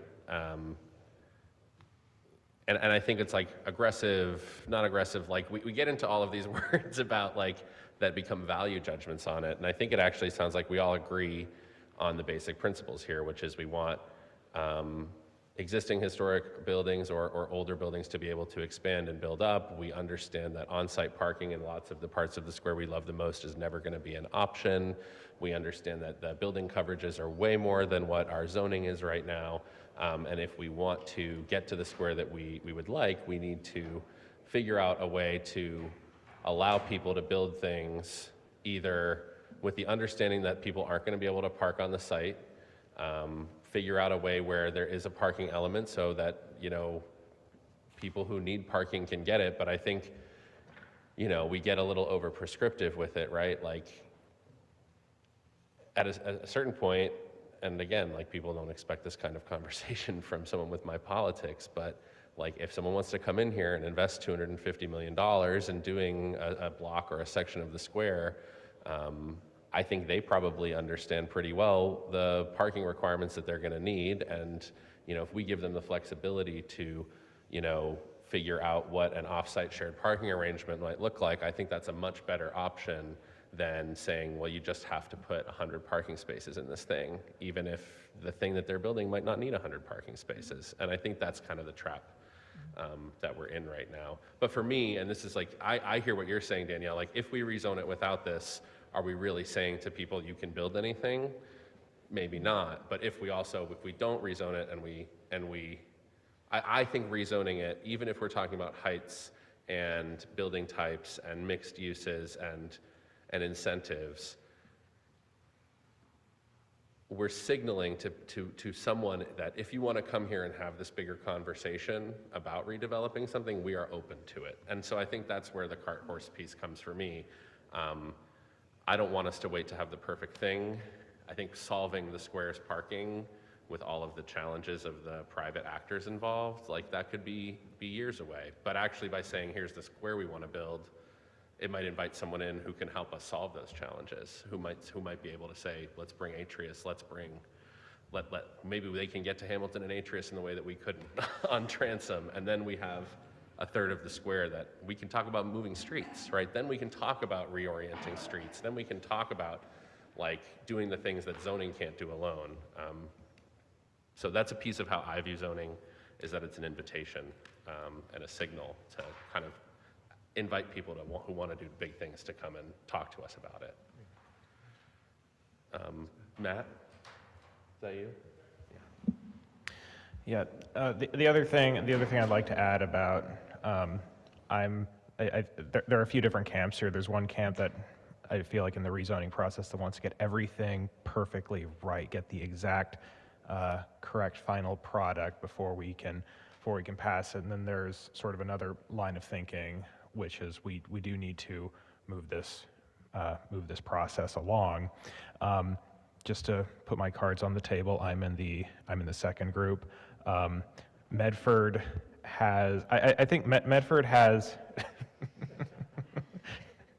I understand not everybody's in the second group, so I get it, but no, so Medford has had a culture of thinking that our zoning is something that's set in stone and can never really be changed, and that's why it hadn't been changed for so long. But other communities, they make changes to their zoning all the time. It's something that happens very frequently. It's part of their regular council meetings. Smaller adjustments are a thing that's very commonly happens, and in Medford, the fact that we haven't really changed zoning for so long means that right now it's very out of date and necessitates this sort of overhaul. So, which is an extended way of saying it, that even if we don't get the perfect product, we can still go back to it and make smaller edits later, and those smaller edits won't be such a huge lift later on down the line. So that was a point that I wanted to make. Thank you, Councilor Lemming. All right. Are we cool to open the public hearing at this point? All right. Thank you, everyone. I feel like maybe we haven't answered Member Goffman's apt questions as in detail as maybe we would have wanted to, but we have some meetings in the next couple months. We're trying to get to a yes on something that works, or at least the first pass at it. And I think something that Doug just whispered to me is important too, right? I think it's what Matt was saying. You know, we take a pass at it. We put something out there. We see what the feedback is, and if it's, you know, if we have 90% lot coverage and people come back and say, well, we can't do anything without 100, then if we can build an active and collaborative process, those are conversations and iterations we can have every few months or once a year, you know, to amend the foundation of what we put out there. So I appreciated that. Yeah, I want to echo that sentiment. The CD board has already been thinking about things that we want to recommend, that we've seen are issues with zoning. You know, John mentioned design review. I think design guidelines separate from that. There's obviously a ton of things. The zoning in this city needs to be a living document that evolves, and it's going to be a little bit of one step forward, and you kind of test things, and we're going to always learn lessons from every project that is proposed. Just in the last 2 months, the city board has approved 500 apartments and 2 projects within a 10-minute walk of Wellington. I think a huge win for the city. But we grappled with some of these issues as well about, well, how much parking do we want? It's really close to the T. You know, we weren't comfortable with having no parking, but we didn't want 1.5 either because we knew it was reasonable. So I think flexibility is a critical part of this. Thank you, Doug. All right, let's go to public comment. We will take commenters alternating in person and on Zoom. Every person will have 3 minutes to make their comment. There will be, and I'm just realizing now I probably can't use the timer tool because of how I logged into Zoom. So I don't think you can. I'm logged in the same way. It's a pain. I'm going to log out and then log back in. First person's going to get 3 minutes timed on Doug's phone. Everyone else should have it in the Zoom window. All right, we'll start at the podium. Name and address for the record, please, and you'll have 3 minutes. Hi there, Nick Ulig, 62 Tainer Street. Thanks everyone for the time. I don't want to get too technical. There's been a lot of really interesting ideas and suggestions proposed to this meeting. I really appreciate the added thoroughness that seems to be built into this process starting in the new year, the new council.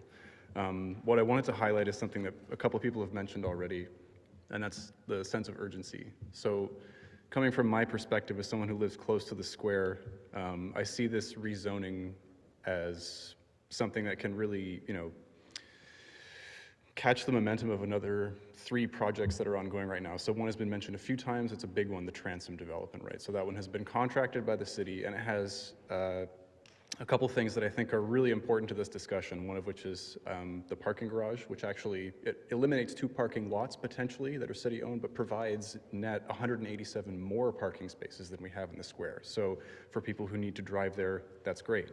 It also provides something that I think is sorely lacking from the center of Medford, which is a grocery store. That's the idea behind that, which is if you want to talk about an anchor business, there's not much that you could do better than that. In addition to the added housing, which are basically, as people have already said, like baked-in customers for businesses that are in the square, that is a huge opportunity, not to mention the public art, the landscaping changes, everything else that comes along with that. And as Councillor Lemming pointed out, this rezoning is really critical to getting that development underway, right? So it maybe has been contracted by the city, but it can't start until this rezoning happens. The other one that was mentioned is the redesign for the intersection of Main and High Street going down across the river. As someone who cycles through there every day to work, that intersection it's maybe not the worst I bike through, but it's extraordinarily bad and very dangerous. And the number of times that I've been almost hit in that intersection, and I can't even count. Looking at the MassDOT proposals for that, or actually the designs for that intersection is very exciting. And that coupled with a third project that hasn't been mentioned tonight, which is a little bit further in the future, which is a connector for the bike path on the south side of the Mystic River, similar to the Clippership connector. Those two projects, the redesign of that intersection and that bike path, are going to bring so many more people who don't drive into the square, right? So we really have a few things that are all really rowing in the same direction. And we need to get this rezoning done quickly. As quickly as is reasonable with the process that we have in front of us. And yes, it's nice to get things perfect, but as other people have pointed out, if you can get part of the way there and then revise as you go, surely that's better than not accomplishing anything, right? People talk about a chicken and an egg, and that's a metaphor that I think is misused, because if you want a chicken, you can get an egg. If you want an egg, you can get a chicken. It doesn't matter which one you get first. So if someone's offering us an egg, I would say we take it. That's, I forgot to change the response. And the winner is the name of that timer as well. All right, great. We'll go to Zoom next. We'll go to Ekaterini's iPad on Zoom. Name and address for the record, please. You have 3 minutes.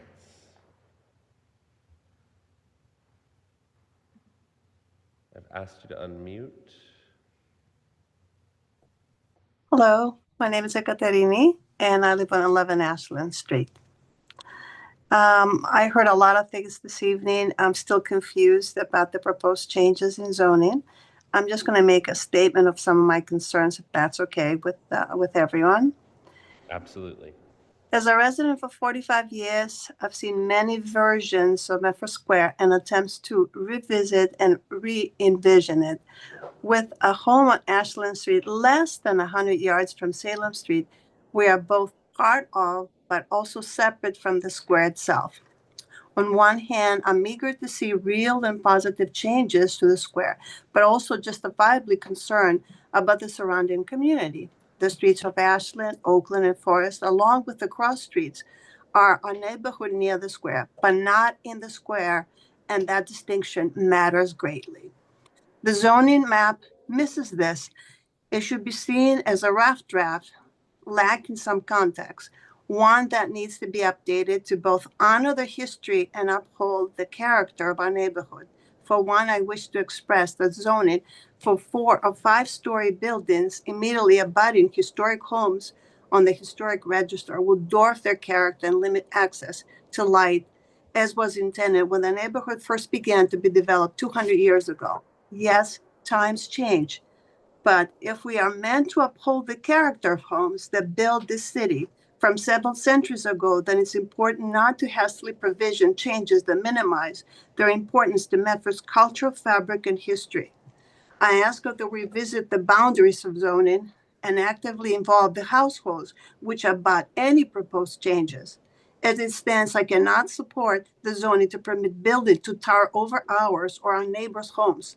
As a real example, when units were added above the former Elizabeth Grady 34 Salem Street, we voiced our support for additional units, and they were needed for the community. And the trade-off to losing some light for us and our neighbors was meant to be the addition of green space and trees, a promise made but never kept. This is why a top priority ought to be that the existing green footprint not be subtracted from us, but rather added to, especially near homes. Please don't misconstrue this as the classic community complaining, which is often managed as part of the planning process. It's far from it.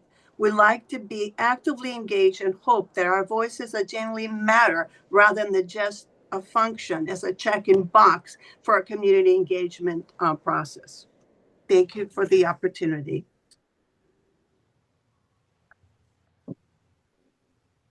Thank you. We will go back to the podium. Name and address for the record, please, and you'll have 3 minutes. Good evening, Nick Gerleo, 40 Robinson Road. I'll start with just some technical observations and suggestions, and then I'll just give a comment about approach. So starting with the technical, first with the table of uses, I noticed with the uses for mixed use, I see blank spaces in the column with the parking requirement. So I'm wondering, I'd just like some clarification if the current proposal is proposing no parking minimum or that just hasn't been decided yet. Secondly, I was going to make a comment about that residential portion that was included within the boundary. I'm happy to hear that that was removed. I was going to suggest exactly that because I don't think it fits with kind of the purpose of this district, which is mostly focused on mixed use and commercial. So I was glad to see that go out.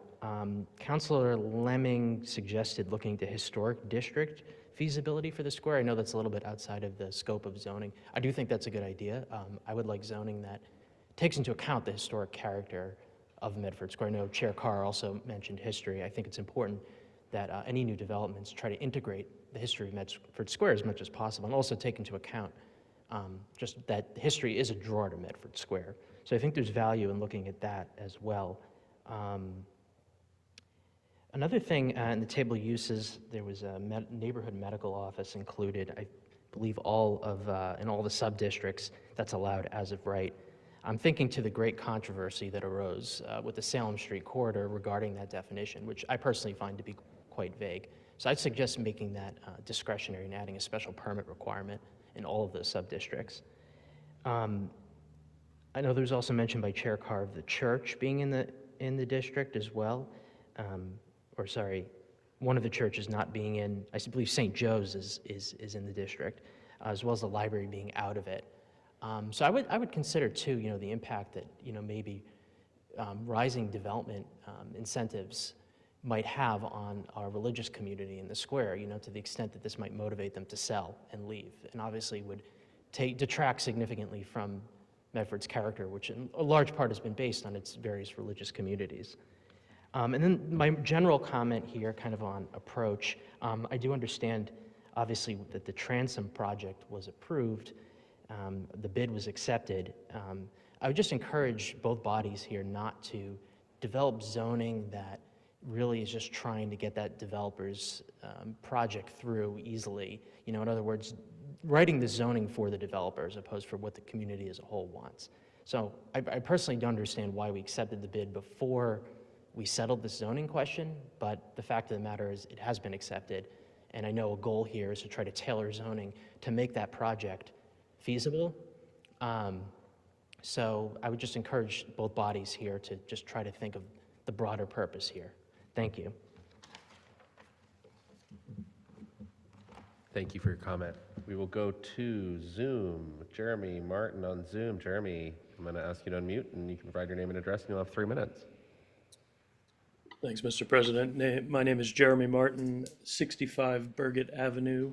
I'd turn on my camera, but that doesn't seem to be allowed.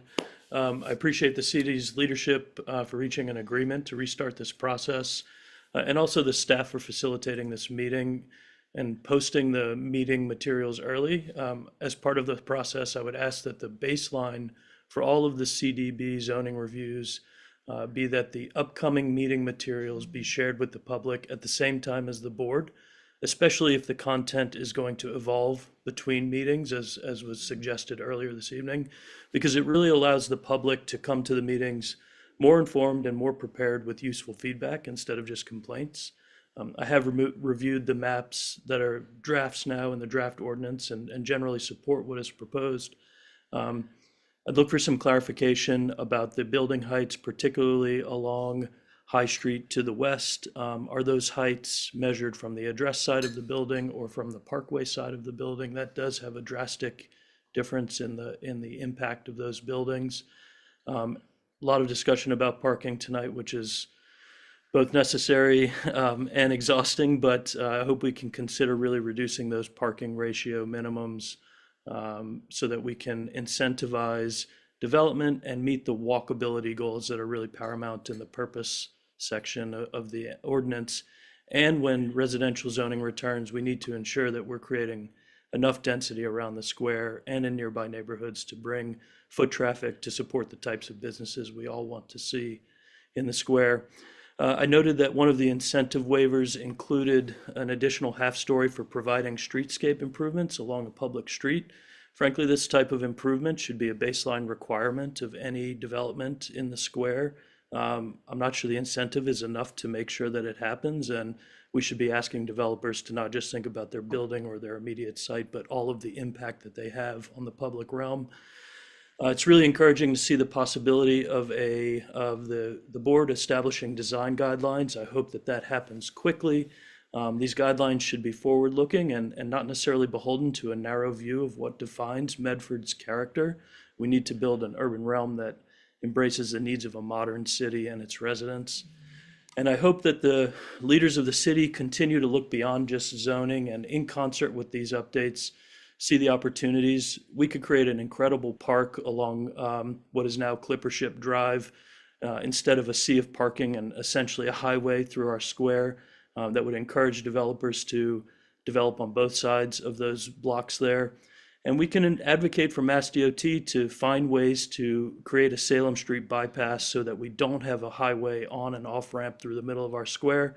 It's going to take leadership and drive, unwavering, but we need to stick to the vision and look beyond the status quo to get to the real potential of our city. Thank you. Thank you, Jeremy. All right, we'll go back to the podium. Name and address for the record, please, and you'll have 3 minutes. John Prush, 9 Lambert Street. Why can't Medford Square be better? Why don't they do something with Medford Square? I moved here in 2006, and I've been hearing people say that since then, not just new residents, people that grew up here. So I am really glad that we are finally really looking at doing this. And if there is anything resembling consensus in this city about where we should be rezoning and where we can accept some new development, it's Medford Square. So I'm glad we're moving ahead with that. There is a real desire, I think, for more spaces in this community where people can build community. We've seen a little bit with places like Deep Cuts springing up. I think we need more of that. People would love it. I live down the street. I would love more reasons to walk down there. I love that we are looking at allowing a little more height. This is the place to do it. And I really think that's gonna, especially at a time when municipal budgets are tight, they're all coming up against Prop 2.5, that increased commercial tax base, the linkage fees, that's gonna help take pressure off our residents for some of those rising costs. And most importantly, we know we need more housing. It was mentioned at the meeting last night, I think, how much more the need for assistance has gotten just in the last few years in our city. So I'm really glad that we are trying to make an effort. We can't solve it by ourselves, but it seems like a real effort is being made to think about that with the plan that I saw tonight. The only other thing I wanted to mention is I know design review was mentioned earlier. I hope that if we institute some kind of process like that, that the rules are very clear and the process for completing it is clear, because in a lot of cities that have housing crises like ours, that process is often used to delay housing indefinitely with subjective, vague rules. So just something to think about with that.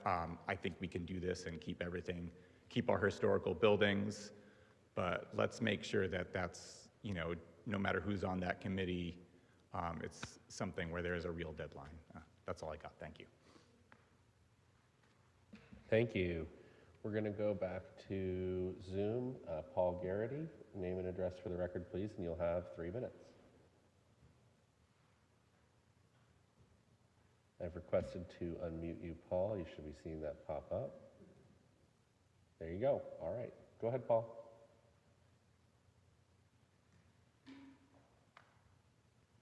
Oh, Paul, we can't hear you if you're speaking.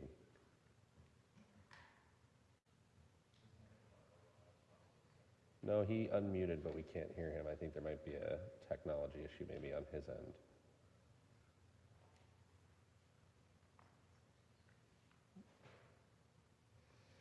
Paul, I'm gonna request you to unmute again.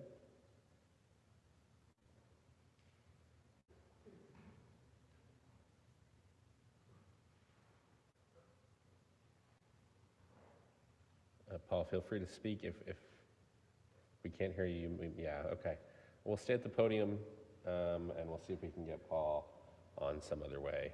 If name and address for the record, please. You have 3 minutes. Hi, my name is Zoe Dukoch. I live at 72 New Bern Avenue. Heard a lot of discussion tonight about historical preservation. I would just like to really emphasize that just because a building is old does not mean that it is helpful to our community. One thing that I really appreciated seeing in the zoning was conversation about incentives for having, a pleasant facade, a plaza, green space, a fountain, that kind of thing, and talking about things that are draws to the neighborhood. It's not just having an old building, it's having a building that is pleasant to be in, that is inviting. And I think that is so much more important than just, was this building built 100, 200 years ago? Especially when we are in desperate need of more housing, more new development, and bringing in more commercial space as well.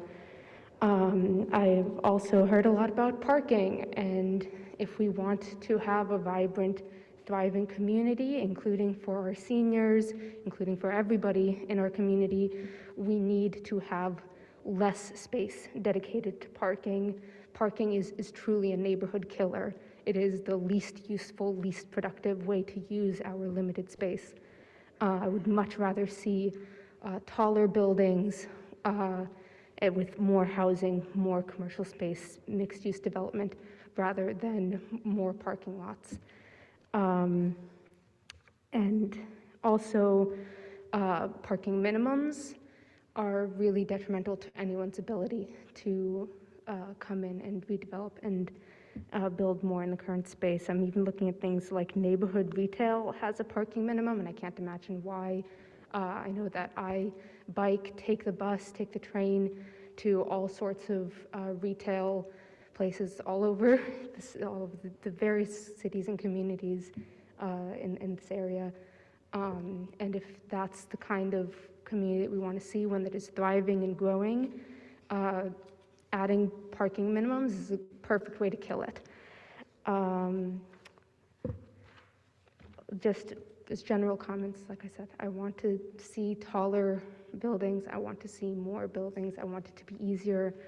And even if this zoning process doesn't result in the exact perfect thing that I want to see, I want it to go through fast enough that we can have exciting new developments like the one that's bringing in a grocery store. So, I don't want anyone to get too bogged down in the details, but I just want to really encourage the efforts to create that kind of walkable community that will help Medford thrive into the future. Thank you. Thank you. Paul, right on time. Paul, we'll try you again. I see your hand still up, Paul, on Zoom. If you want to try to speak, I've requested you to unmute again. Can you hear me now? Yes, we can. All right, name and Okay. address, you'll have 3 minutes. Thank you, Mr. President. I do want to thank all the folks who've been involved with moving the zoning issues this far. But I begin by saying that zoning is a tool to support a vision, a strategy. And as I listen tonight, what I'm hearing is that there's conflicting endpoints for different people. And I'm saying, as part of this process, will both parties at least attempt to come to some unified vision of what should be in the square? Not letting the developer come in and say, I want to put this here, but saying, this is what we like. And the reason why I say that is the square is really a tale of two cities, two squares, pardon me. You have the east side, you have the west side, and you have Route 60 right down the middle. And I'm saying, well, do we need to have certain provisions for, aiding or working, relaxation on both sides of the square? I don't know. Is the vision for the square to be focusing on culture? Is it going to be in economics? Is it going to be in housing? I mean, there's a whole lot of pieces here that I don't see tied into a consolidated vision. So I would hope as part of the process, there can be a generally accepted unified vision to say, what do we want in each part of the square? And then move forward to say, okay, once we decide what we'd like to have built here, then let zoning take its proper place. Thank you. Thank you. We will go back to the podium. Name and address for the record, please, and you'll have 3 minutes. Hello, my name is David Shank. My address is 72 New Bern Avenue. I would like to start by saying thank you all for doing this. We desperately need new zoning in Medford. Ideally, more dense urban mixed-use zoning that can create a beautiful walkable environment that everyone can live in as people and not as cars. My sister-in-law is currently pregnant, and she will be, she's due in February 19. And her and my brother do not own a car, but I do. And I am going to be lending them my car because I can afford to get around on foot, by bicycle, by train, by bus in the area where I live. So I will be able to lend them that car for a period of months. And that's possible because of the urban environment that we live in, and it is also the environment that I would like to see us move towards with this zoning. I am concerned at the level of protection that people feel over parking. Parking is not human. That's why the plan includes mixed use residential and commercial buildings. People can both live in that space and shop and work there. And I think that is so important going forward. I would support no parking minimums in the area. I understand that there may be disagreement on that. And as a follow-up, I would say I support getting this through as quickly as possible. As was said, there was a plan made in 2005, 20 years ago. There has not been a significant overhaul in 50 years. And we are in a housing crisis in the Massachusetts at large, especially in the greater Boston area, and in Medford specifically. And we desperately need more units.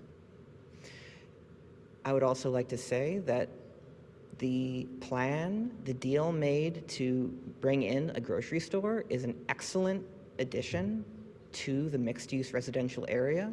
People will be able to shop there, they'll get their groceries, they can take advantage of all of the other amenities that are in Medford Square and will be built up as more businesses take advantage of that first floor area with the new customer base of people living on the stories above them.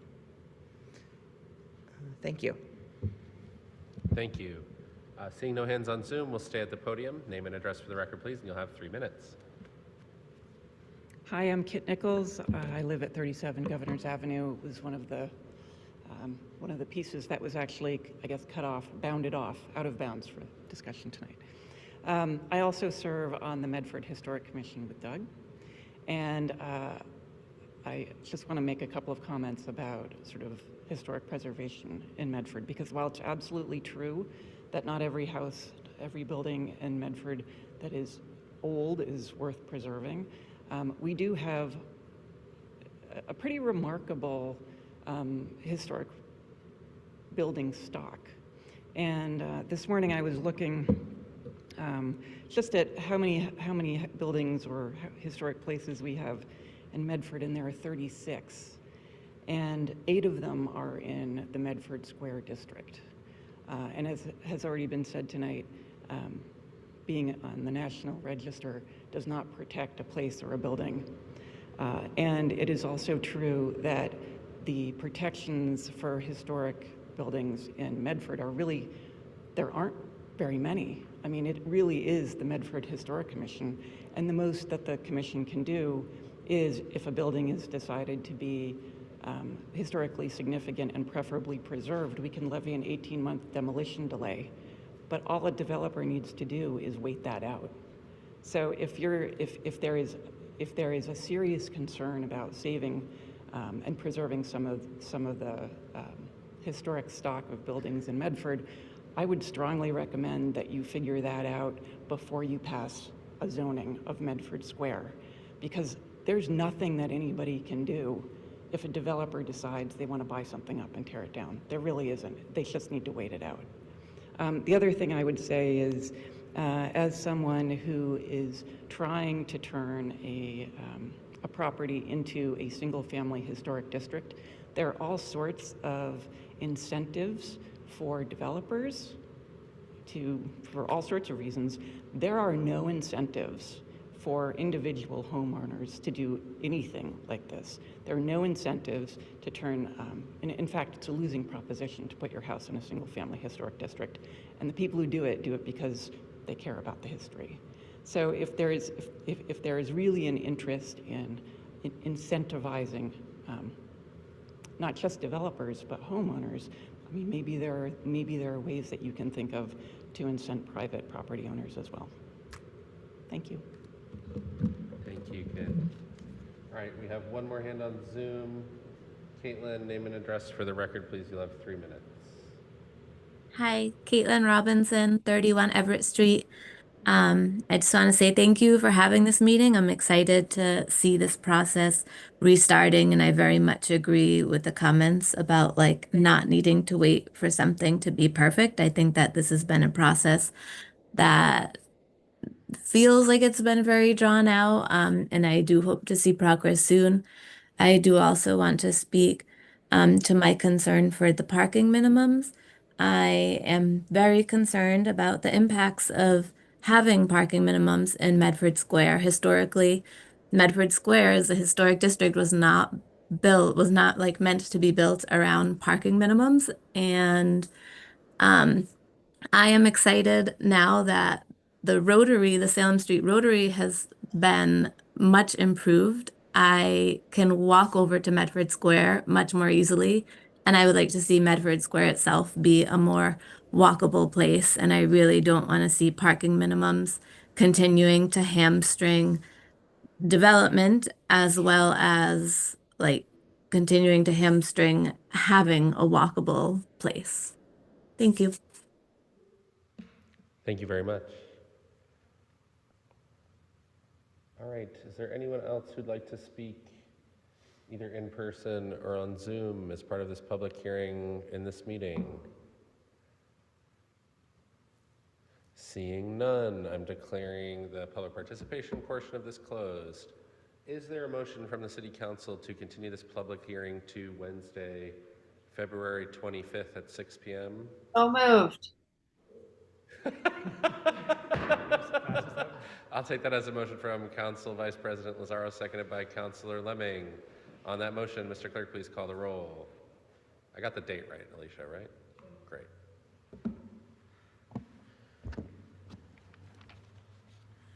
Councilor Callahan. Yes. Vice President Lazaro. Yes. Councilor Lemming. Councilor Mullane. Yes. Councilor Scarpelli. Yes. Councilor Singh. President Beers. Yes, 7 in the affirmative, none in the negative. The motion passes. Chair Carr. Yes, I'd like to entertain a similar motion to continue this public hearing to February 21st. So moved. Second. 25th. 25th at 6 p.m. 6 p.m., not 6:30. Not 6 p.m. Okay. Roll call. John Anderson. Yes. Sean Began. Yes. Dina Calagero. Ari Goffin-Fishman. Yes. Paige Baldini. Yes. And myself, yes. Motion passes 6-0. Thank you, Councilor.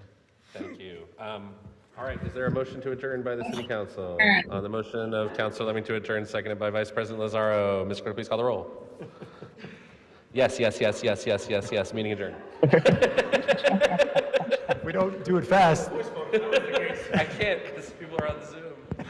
Counselor Callahan. Yes. Vice President Lazaro. Yes. I was close. Close. Didn't get it, though. Counselor Lemming. Counselor Mullane. Counselor Scarpelli. Yes. Counselor Singh. Yes. President Beers. Yes, 7 the affirmative, none the negative. The motion passes. Chair Carr. Ditto. We'll have the motion to adjourn, please. Fishman. All right. John Anderson. Sean Began. Dina Colagero. Ari Goffman Fishman. Paige Baldini.